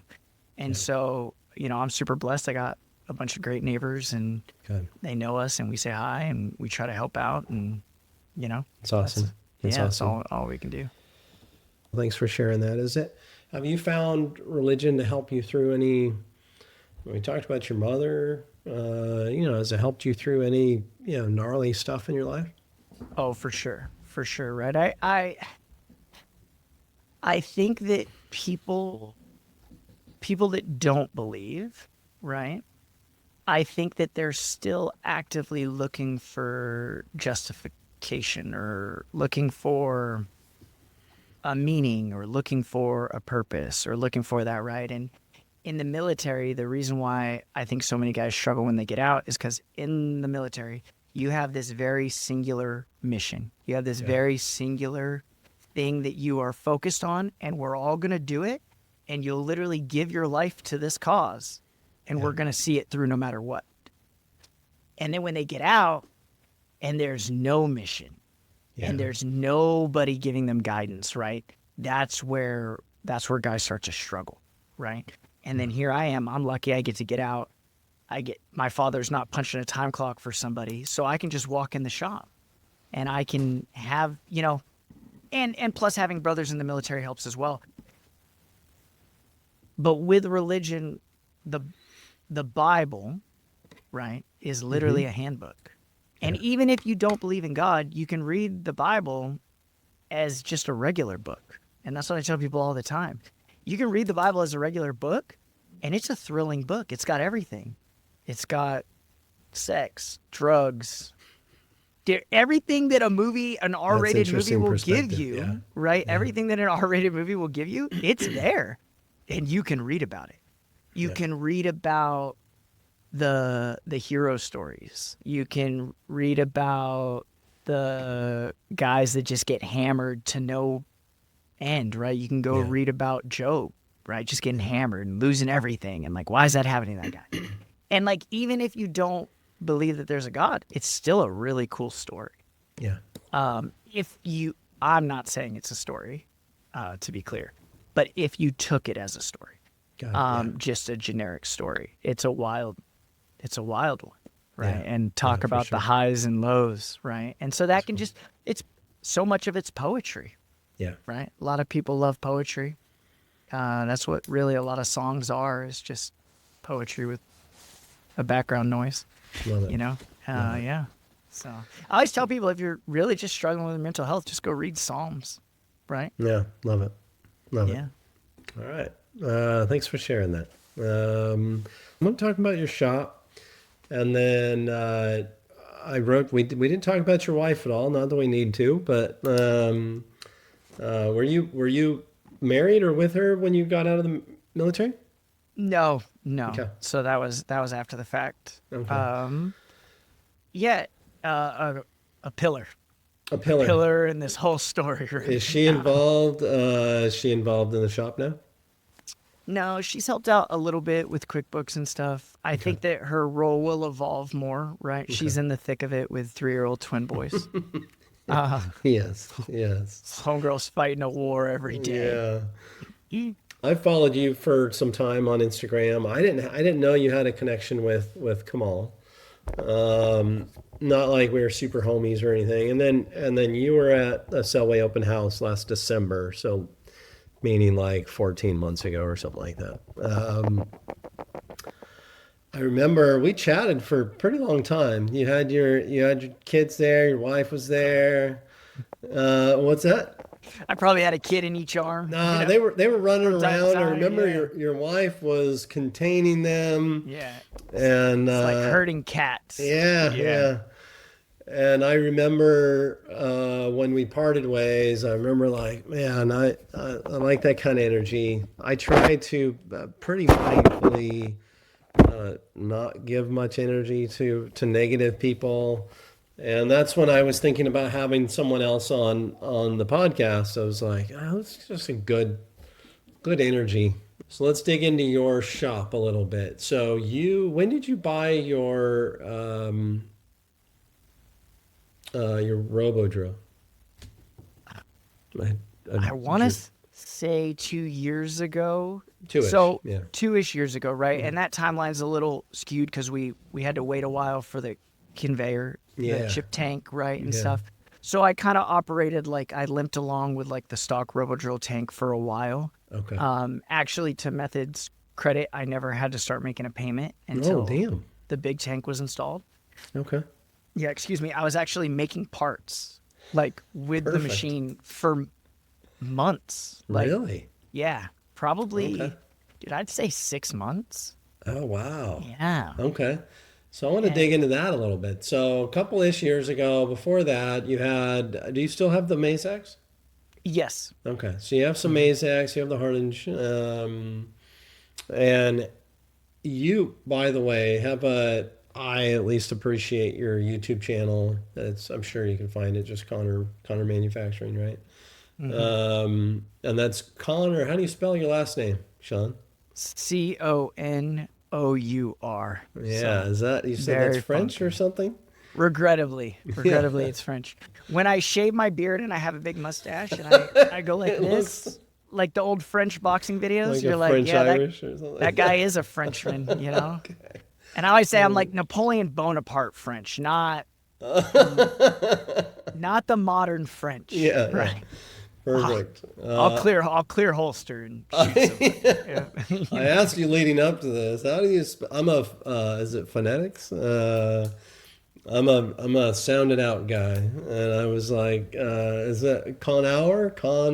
How do you say this? Is it Conor or Our? And you were like, it's actually Conour. Yeah. So back to focusing. Sorry. So you on your YouTube channel, you've shared a good amount of the RoboDrill story, Hmm. and I'll say that I particularly appreciated when shops. There's a lot of small shops, people that are kind of starting to shop in their garage. Why did you pick a RoboDrill? I'll ask a few questions. You answer them however you want. Why RoboDrill? You run oil in there, and the normal sump that it came with wasn't what you wanted. And then you have a whole bunch of pallet, like a pallet cell for it, right? So Hmm. talk about that's a huge change for your shop, right? How did you justify it? Why the options? Why oil? I'll stop asking you 1,000 questions. Yeah. Ah, sometimes at night when I'm regretting like all of my life decisions, I kind of point it back to like if I had never started listening to Within Tolerance, Ah, I wouldn't have been like fed these crazy ideas, right? yeah, So I blame Dylan a little bit, perfect. jokingly, right? Yeah, yeah. Huge influence, right, Oh, on good. on all of that, right? Just listening to the rest of the world, right, and what they're doing Yeah, and stuff like that, right? It really gets you out of your little cave that every shop is, right? These little dingy caves where it stifles your creativity, your ability to imagine or try to create something that it's not. yeah, Yeah, so at the time I was living in a RV that I parked behind my father's shop. So this is pre the twins coming into our lives. yeah. And I was running all kinds of 30, 40-minute little parts on the fourth axis. I was tabbing. I was just had an alarm set, and I would bounce from the RV back to the shop. Yeah. And I just lived there and worked there, and we were just hammering. And I was like, man, I need help, you know? Yeah. And so we're on my father's property, and I rent a building from him. Okay. And he didn't want just random people showing up, which I get. Again, it's his house and his Yeah. rules, you know. Still his house. Still His rules. house. Yeah, I pay rent, but it's still his shop. Yeah. So, a very involved landlord. And so I was like, man, I need something, you know. And again, to my father's credit, he's always been down to let me try to move the shop in the direction that I think it needs to go. We kind of glanced over. So I patented a racking arm valve for the wine industry. That was a big part of the financial growth of the company. Kind of took us from like a little LLC to an S corp or C. I can't even remember which corp we are, but we're incorporated. Yeah. Right. The details. Oh, I didn't know that. Okay. Yeah, and so that racking arm it has always been the largest POs that I've ever brought through the door. Awesome. Right. And it's really cool to build the same thing again and again and be able to improve processes. Yeah. And very few times in my machining career have I been able to do that. But we were doing a ton of stuff out of aluminum, ton of small parts. And I was like, man, a palletized system would be cool. Listening to the Within Tolerance podcast, hearing about all these different machines. And then I honestly, to Method's credit, they had a salesman that just showed up. He showed up What's every his month. name? His name was Jack. Okay. He's retired. Oh, good for him. That man beat the pavement. Man, that old man covered some serious ground, dude. Yeah. His territory's ridiculous, right? All the way to the northern border, all the way down to Bakersfield, Okay. like most of Nevada, right? Okay. And this old guy beat feet everywhere. Damn. And he was telling me about the robot drill. He was telling me about the K60. Yeah. I had learned enough from Dylan's podcast that I knew I wasn't the guy to integrate a robot. Smart. Okay. Right. I knew that was way out of my skill set. It was way out of my passion. I knew that I didn't want to write macros. I knew that I wanted all of that baked in. Yeah. And so it was between Methods and Mazak on an automated machine. Mazak's was only an 18 pallet pool. I say only. Yeah. But at the time, I was running a couple hundred of something at a time. And everything fit in that envelope. I enjoyed making smaller parts. Okay. And I wasn't afraid to kind of cornhole myself into that market. Yeah. And I was listening to all the Kern guys, you know, and they were running oil. And I was like, I'll just make a poor man's Kern, right? Like, this is going to be too easy, right? Like, why worry about water evaporating? Yeah. Why worry about any of Central, that, yeah. right? And with the water jet and stuff wanting to rust, and I was just like, dude, I don't want to deal with these pallets in and out of the machine and having to blow them off and dry them off. And Yeah. I just didn't want to deal with all the corrosion. And so my father, again, gracefully agreed to let me just be a trailblazer and be dumb and ask for a robo drill that could run on cutting oil. What's your take on looking back on that decision, the cutting oil decision? And what needed to change to make that work? The coolant tank, right, needed to change. Mm-hmm. And looking back, Jack was literally just trying to hold out retirement predicated on a sale to me because he knew that we were close. And so the one mistake, right, the big mistake with the cutting oil. And I tried to talk to people about cutting oil and get information. And looking back, it was on me. I wasn't asking the right questions, right? So it needed a chiller. Yeah. And it needed an integrated chiller. right? It needed all these other things. I did not know that JK was a thing, that are American-made systems.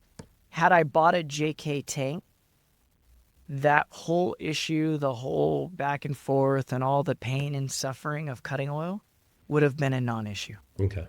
Right. So I always tell anybody that reaches out to me, like, hey, I'm thinking about running cutting oil in my machine. I'm like, go call JK, Yeah. buy it. Don't pinch pennies over cost. Don't pinch pennies over price, right? You're going to regret it. Yeah. And I believe that on an automated system, they're going to regret it even if you're just going to run regular water soluble. Buy a JK. Buy the biggest and best tank that you can. Yeah. If you can go get a Swarf Unlimited tank, go get a Swarf Unlimited tank, right?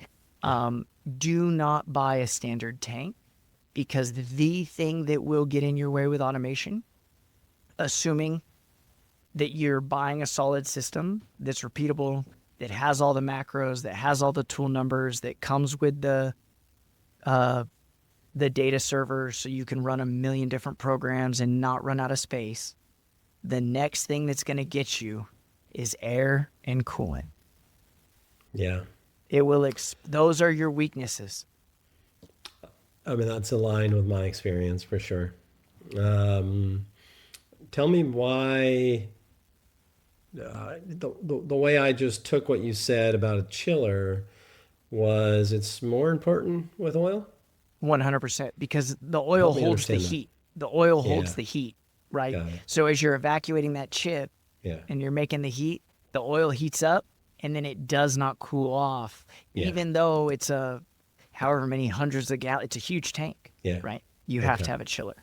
Got it. So we were lucky. We got to, we bought a used chiller for like $3,000 and it all worked Okay. out. There was some blood, sweat, and tears, getting it all, Yeah. plumbed in ourselves and whatnot, right? And it's not truly integrated, so you still have to go turn it on and whatnot. But not a big deal, Okay. right? In the grand scheme of things. Yeah. So oil, you need a chiller. Yeah.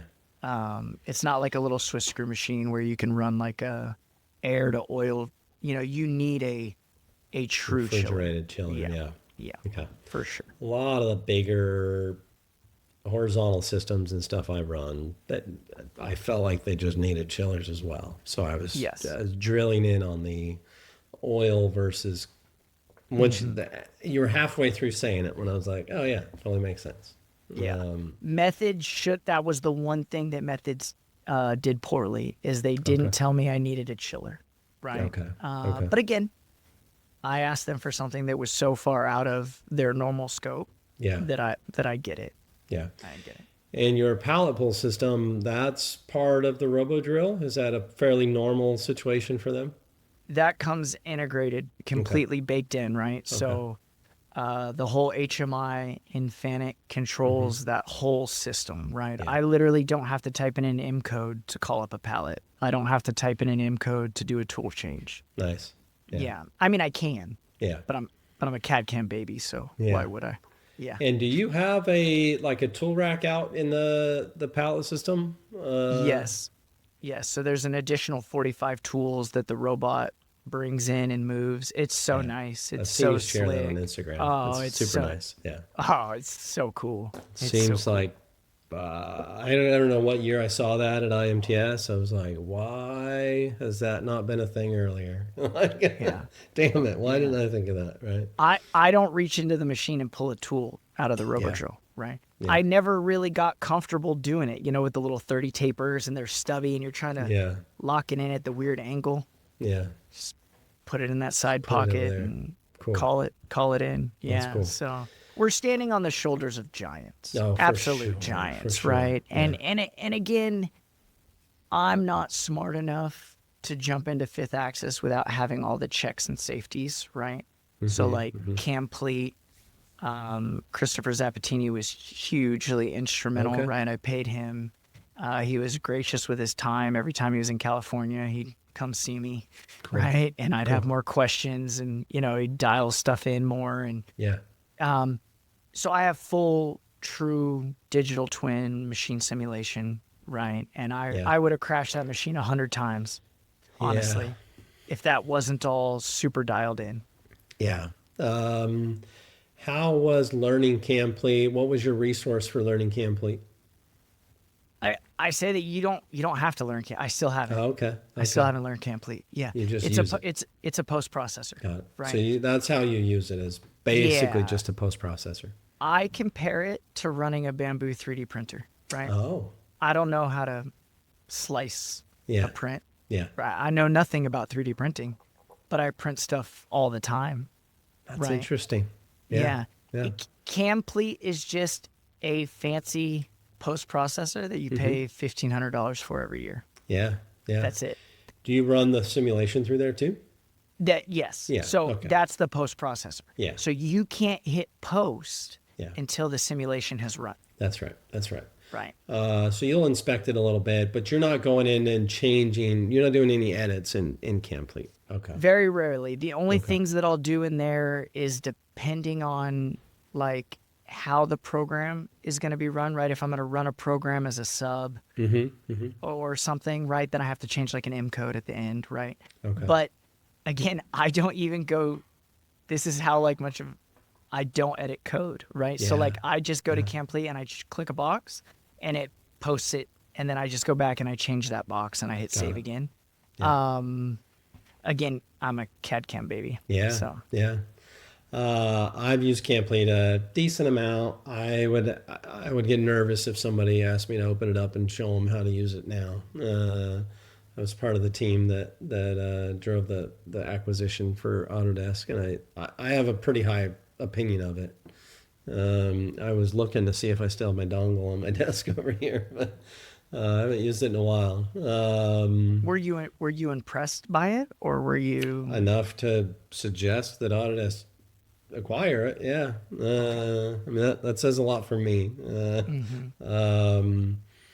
Yeah, I was, and to be honest, I was more impressed by the people using it and their opinion of it, because I haven't used it enough to be like, oh, that's because of this, and this is why I would absolutely suggest it.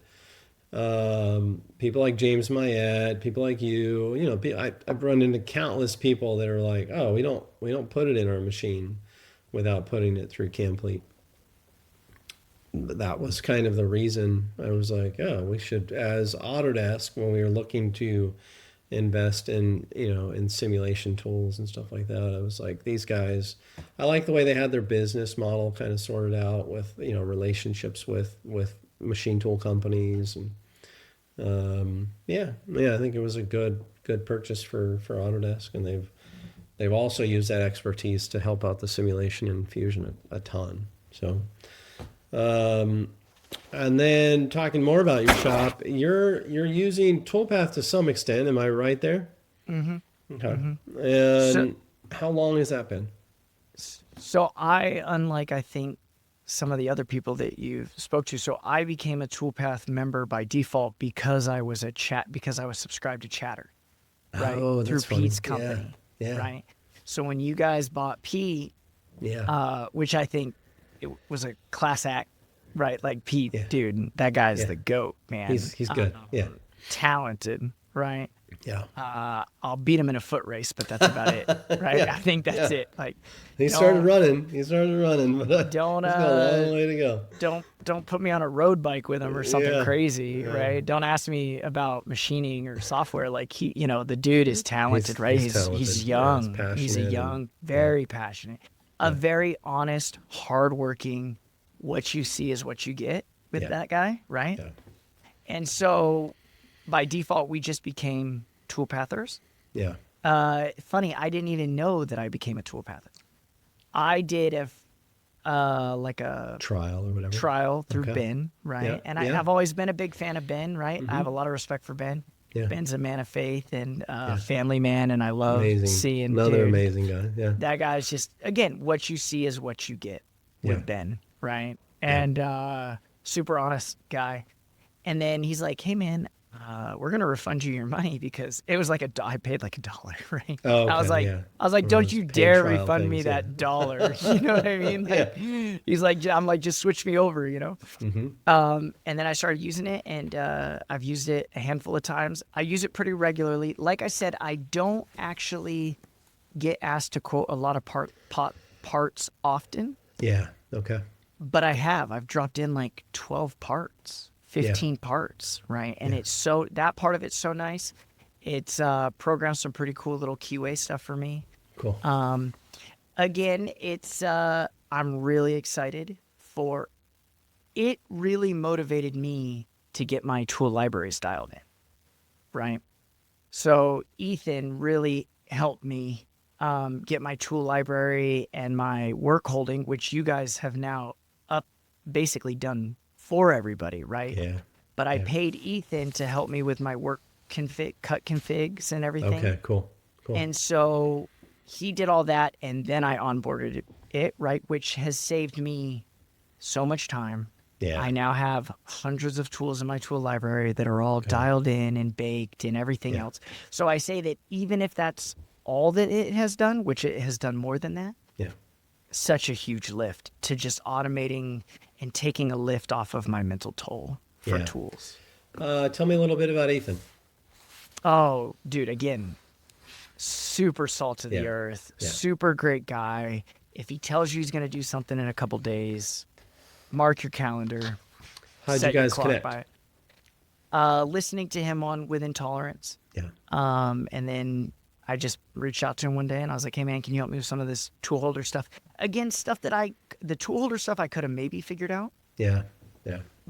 but like not the work holding. Like his work holding deal is, I mean, chef's kiss. Good. And honestly, now Toolpath is going to take business from him because you guys is pretty dialed in too. Yeah. It's getting there. It's getting close. But I still think that people that are running big shops, people that are turning over a lot of parts, would still benefit from having Ethan take a quick look, right? And do a little forensics.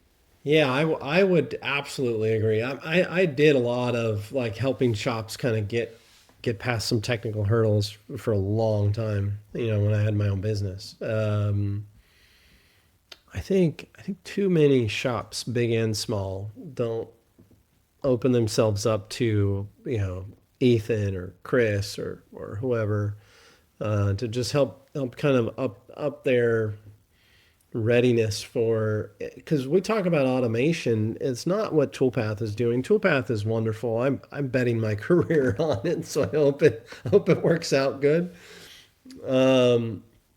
I've always thought about automation as like start with getting a post processor that you can just dump to your machine without editing code.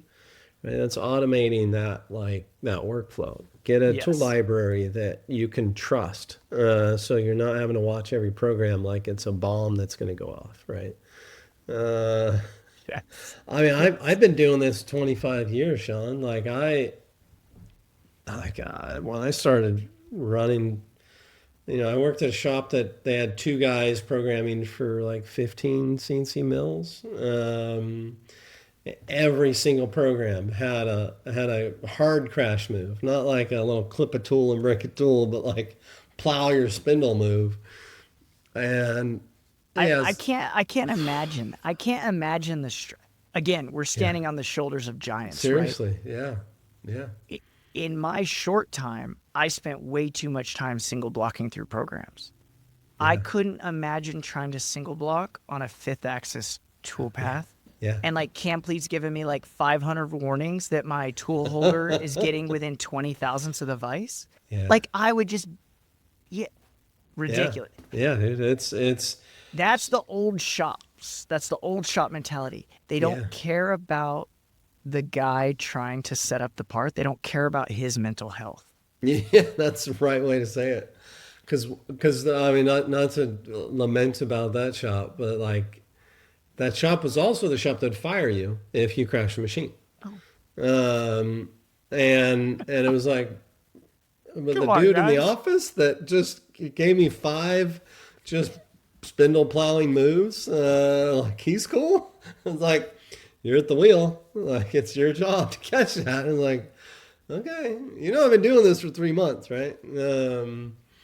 We talked about, 10,000 hour skill. Like, that was a job that was like incredibly foundationally important for me.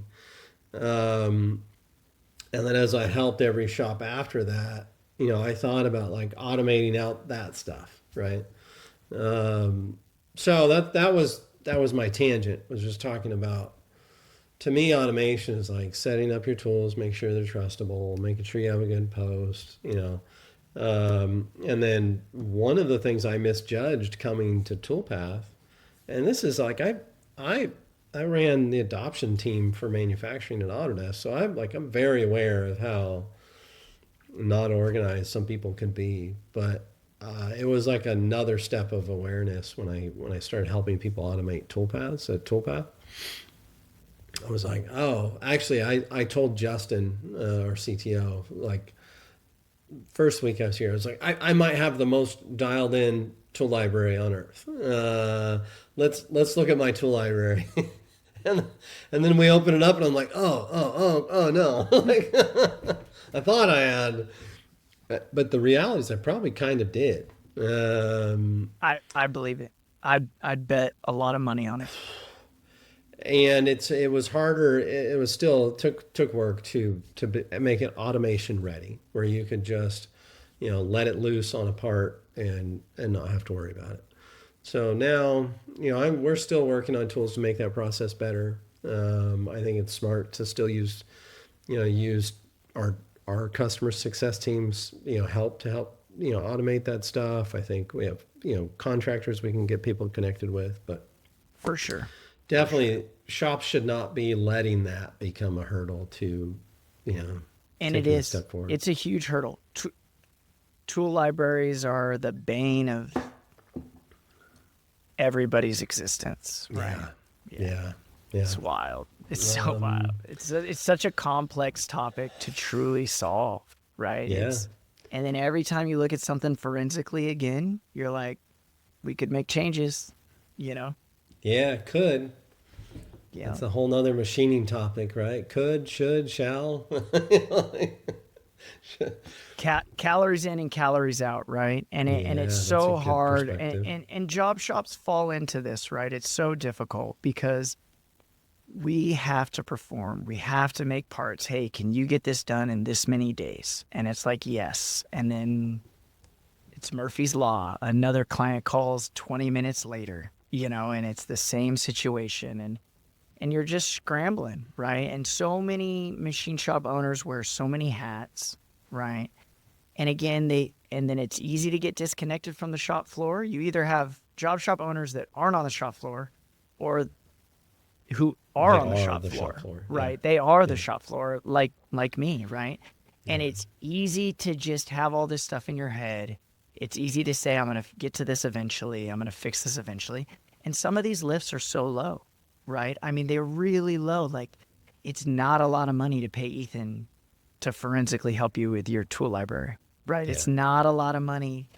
It's almost no money to call Toolpath, and if you're a subscriber, and have them help you, right? It's the time, maybe in that case where maybe Ethan's doing the heavy lifting, and that's why he's getting paid to do it. Yeah. But yeah, it's huge. The fewer button clicks that you make when doing a program, the fewer mistakes you're going to make, because when we make mistakes, it's us, right? It's not Yeah. it's not Fusion, it's not the Yeah. machine deciding to Yeah. make the mistake. It's our mistakes. Yeah, that's a good perspective. I did one of my first webinars at Autodesk was like helping automate things by expressions and templates and all that stuff. And you just said something that I've been preaching for a long time. I'm like, how many mouse clicks is this versus that? Because every mouse click is a decision you had to make, decision you could have screwed up. Right? So if you're doing something repetitively, try to automate those things. You brought up something else that I would love to talk about from like an industry perspective. We work with a lot of big busy shops, small busy shops, small struggling shops. You know, we work with a huge profile of users. So often we hear we're too busy to fill in the blank, really. Oh yeah. And I fall victim to this. You know, I've got 1,000 things to do and enough time to do about 100 of them, right? Um, how do you manage? There's a lot of angles to this, right? It's the discipline, desire. You know, a lot of that is kind of foundational. But yeah, because I imagine you feel too busy to slow down and get better, right? I think about it like I'm too fat to diet. You know, there's like a you know You're too slow to run. you're You too know. slow to run. You're too out of Yeah. shape to exercise. It was like no, Yeah. you're too out of Yeah. shape not to exercise. Yeah. Um, So for me, mhm. right, because cash flow is so important to a small shop and stuff, when I commit to something and saying like, oh, I'm going to pay this guy X amount of money, right? I now have a vested interest, right? And I feel, and this, you know, again, this is just a small look behind the Yeah, yeah, insane curtain of Sean's brain, yeah, but I feel like I now have a duty and a responsibility to get that across the line if I'm going to be a steward with that money and if I'm going to then be able to truly leverage that investment, right? And so because you only have so much money, you only have so much working capital, you only have so much time and calories in a day, it just helps me kind of dial in on something, right? So I say like, hey, if I'm going to commit to this, then I'm going to commit to it, right? And yeah. that helps me to really, you know, Jay at Pearson Work Hmm. Holding, right? I love their podcast, right? Yeah, yeah, And he's such an inspiration to me. That man is a businessman, yeah, right? yeah, And I could learn literally so much from him. He has 3 tasks a day, right? He has 3 big tasks a day that he takes care of, right? And if he yeah, gets to the other ones that aren't as important, it's a bonus, right? And it's hard. That's hard. The amount of discipline for that to do yeah, that, right? And it's a thing. And so when I do have those tasks that I really want to get across the finish line, that's I say this is the task that I'm completing today, come hell or high water. yeah. That's smart. I find myself just getting pulled so many directions. They're easy to kind of give into, right? Um, I'm sleep deprived. Since I broke my neck, I don't sleep great. You know, like I can tell, like I'm not exercising, not sleeping well. Like I have a hard time staying focused. Like I got 100 things to do. I got to try to do all of them. And just being more grounded and centered, feeling like I ate decent, I slept decent. Like I can actually narrow back to like, no, I do have these 3 or 4 things. Yeah, I'm rambling a little bit, but No, it's so important to stay yeah, grounded, right? yeah, And sometimes really it's like smooth is fast and fast is smooth, yeah, right? And that's yeah. a big thing in the Marine Corps, right? When they're teaching these kids that have never held a gun to do a Mm-hmm. magazine change, right? Smooth is fast and fast is smooth. Yeah, And sometimes you do have to slow it down. Sometimes you have to just take like we have a canal next to the shop and sometimes like I just look outside and like especially if it hasn't been super sunny or something and I see that it's sunny, I'll just take 5 minutes to go up. Like I leave my phone in the shop and I just go up there and I stand and I like see the sun yeah, and the water yeah, and the wind. And I just take like 5 minutes to breathe yeah, and be like, okay, where am I at? What am I doing the rest of today? yeah, Right. And yeah. it's powerful. The human brain is so powerful. And So, it's like you've hinted at, right? It's perspective, right? mhm. 10, 15% of what happens to us maybe is out of our control, Yeah, but the rest of it is perspective. yeah, Uh, yeah, that kind of makes me I think back sometimes when it's like 11 o'clock at night and I'm grinding in the shop and I'm just not having a great time. I think you've said it a couple times on this podcast where you were talking to a gentleman who used to own a job shop after like a conference or some, you know, some machine show. and you guys were both reminiscing like, man, I'm glad I don't own a job shop anymore. Hey, I want to say you said it on like a couple different podcasts. And It's out of freaking respect. I want to make sure that's and clear. it's and 100% that's Yeah. how you framed it every single time. Yeah. And I hear that in the back of my mind, right? And it's like Damn 11:30 it. and I'm grinding and I'm like, am I someday going to have that conversation with somebody? Right? And it's this real thing that I feel in my chest, you know? And I occasionally think about it, and it's Interesting. yeah, Interesting. because it is it's a grind. Yeah. It is a grind. It's a balancing act. What I'll end with, well, I'll end my thought with this at least. I don't know, it was a few weeks ago, the YouTube, serves you up to me. And then I go down that rabbit hole, right? Because I don't want to get my 3 things done that day or whatever. And you just have some great stuff in there. And the one of them, I am constantly overwhelmed sometimes with my thinking and respect and appreciation for shop owners. And I'll tie it back to one of your videos. It was the video you're talking about. Hey, this is what my robo drill is going to cost me. 800 grand, is it really worth it? Something like that. And the amount of balls, sorry for the language, but like the amount of balls that a lot of these shop owners have to have. I always forget about, and basically why am I forgetting the term? The asset tax or whatever. Property tax. Property tax that you guys have to pay just blows my freaking mind. Hey, quick Blows my update. 3 freaking years mind. later, my property tax is like $485 a month on that machine, whether or not I turn it on. Yeah, yeah.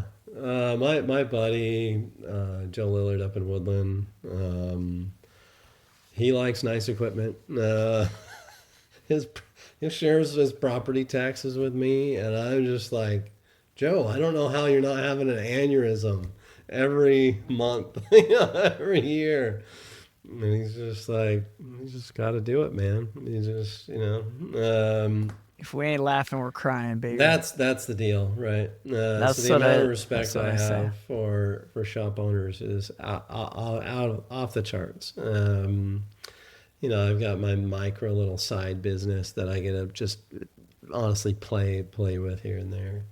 I've had the opportunity to start a couple shops. I've never had the balls, to be honest. So I think what you guys are doing are incredibly important for the industry, for the country, and all that stuff. So with that, actually, I don't have anything else we really have to talk about. Anything on your mind that you want to chat about before we wrap it up? I know we're running over. a little bit, I'm super passionate about American manufacturing coming back, right? Yeah, I'm me too. passionate about kind of like how you had said, like, it's the parents to blame for whatever generation of kids can't, function, right? And it's on us. It's on us as shop owners. No one's going to come and save us, right? We have to teach the next generation. Have to. And I understand the hurdle that we're against, because the kid can go make so much money at Starbucks or McDonald's, right? Why does he want to come grind and have all this stress to learn this trade where he can't see any money in it, right? Yeah. And it's this conundrum that we've backed ourselves into. And this is just a call to the shops to just stay motivated, try as hard as possible, right? Try to make it a thing. I understand that we're training your competition, right? Yeah. Yeah. And I understand that it's tight. It's just this heavy thing, right? That I'm not intelligent enough to address any of, this. it's very disheartening when like a client, you make parts for them and you did it at their price point and they're like, oh, that was the same price that China made them for and your quality is way better. And I'm like, great, I'd love to make 100,000 more of those. And they're like, but we're going to have China make them because they got to be assembled in China and the freight there, they get lost, Yeah. blah, blah, blah, blah, blah. So we're up against all these hurdles, right? Yeah. I think that a lot is changing. I think that we're moving in the right direction for American manufacturing like we haven't in my lifetime, right? Me too.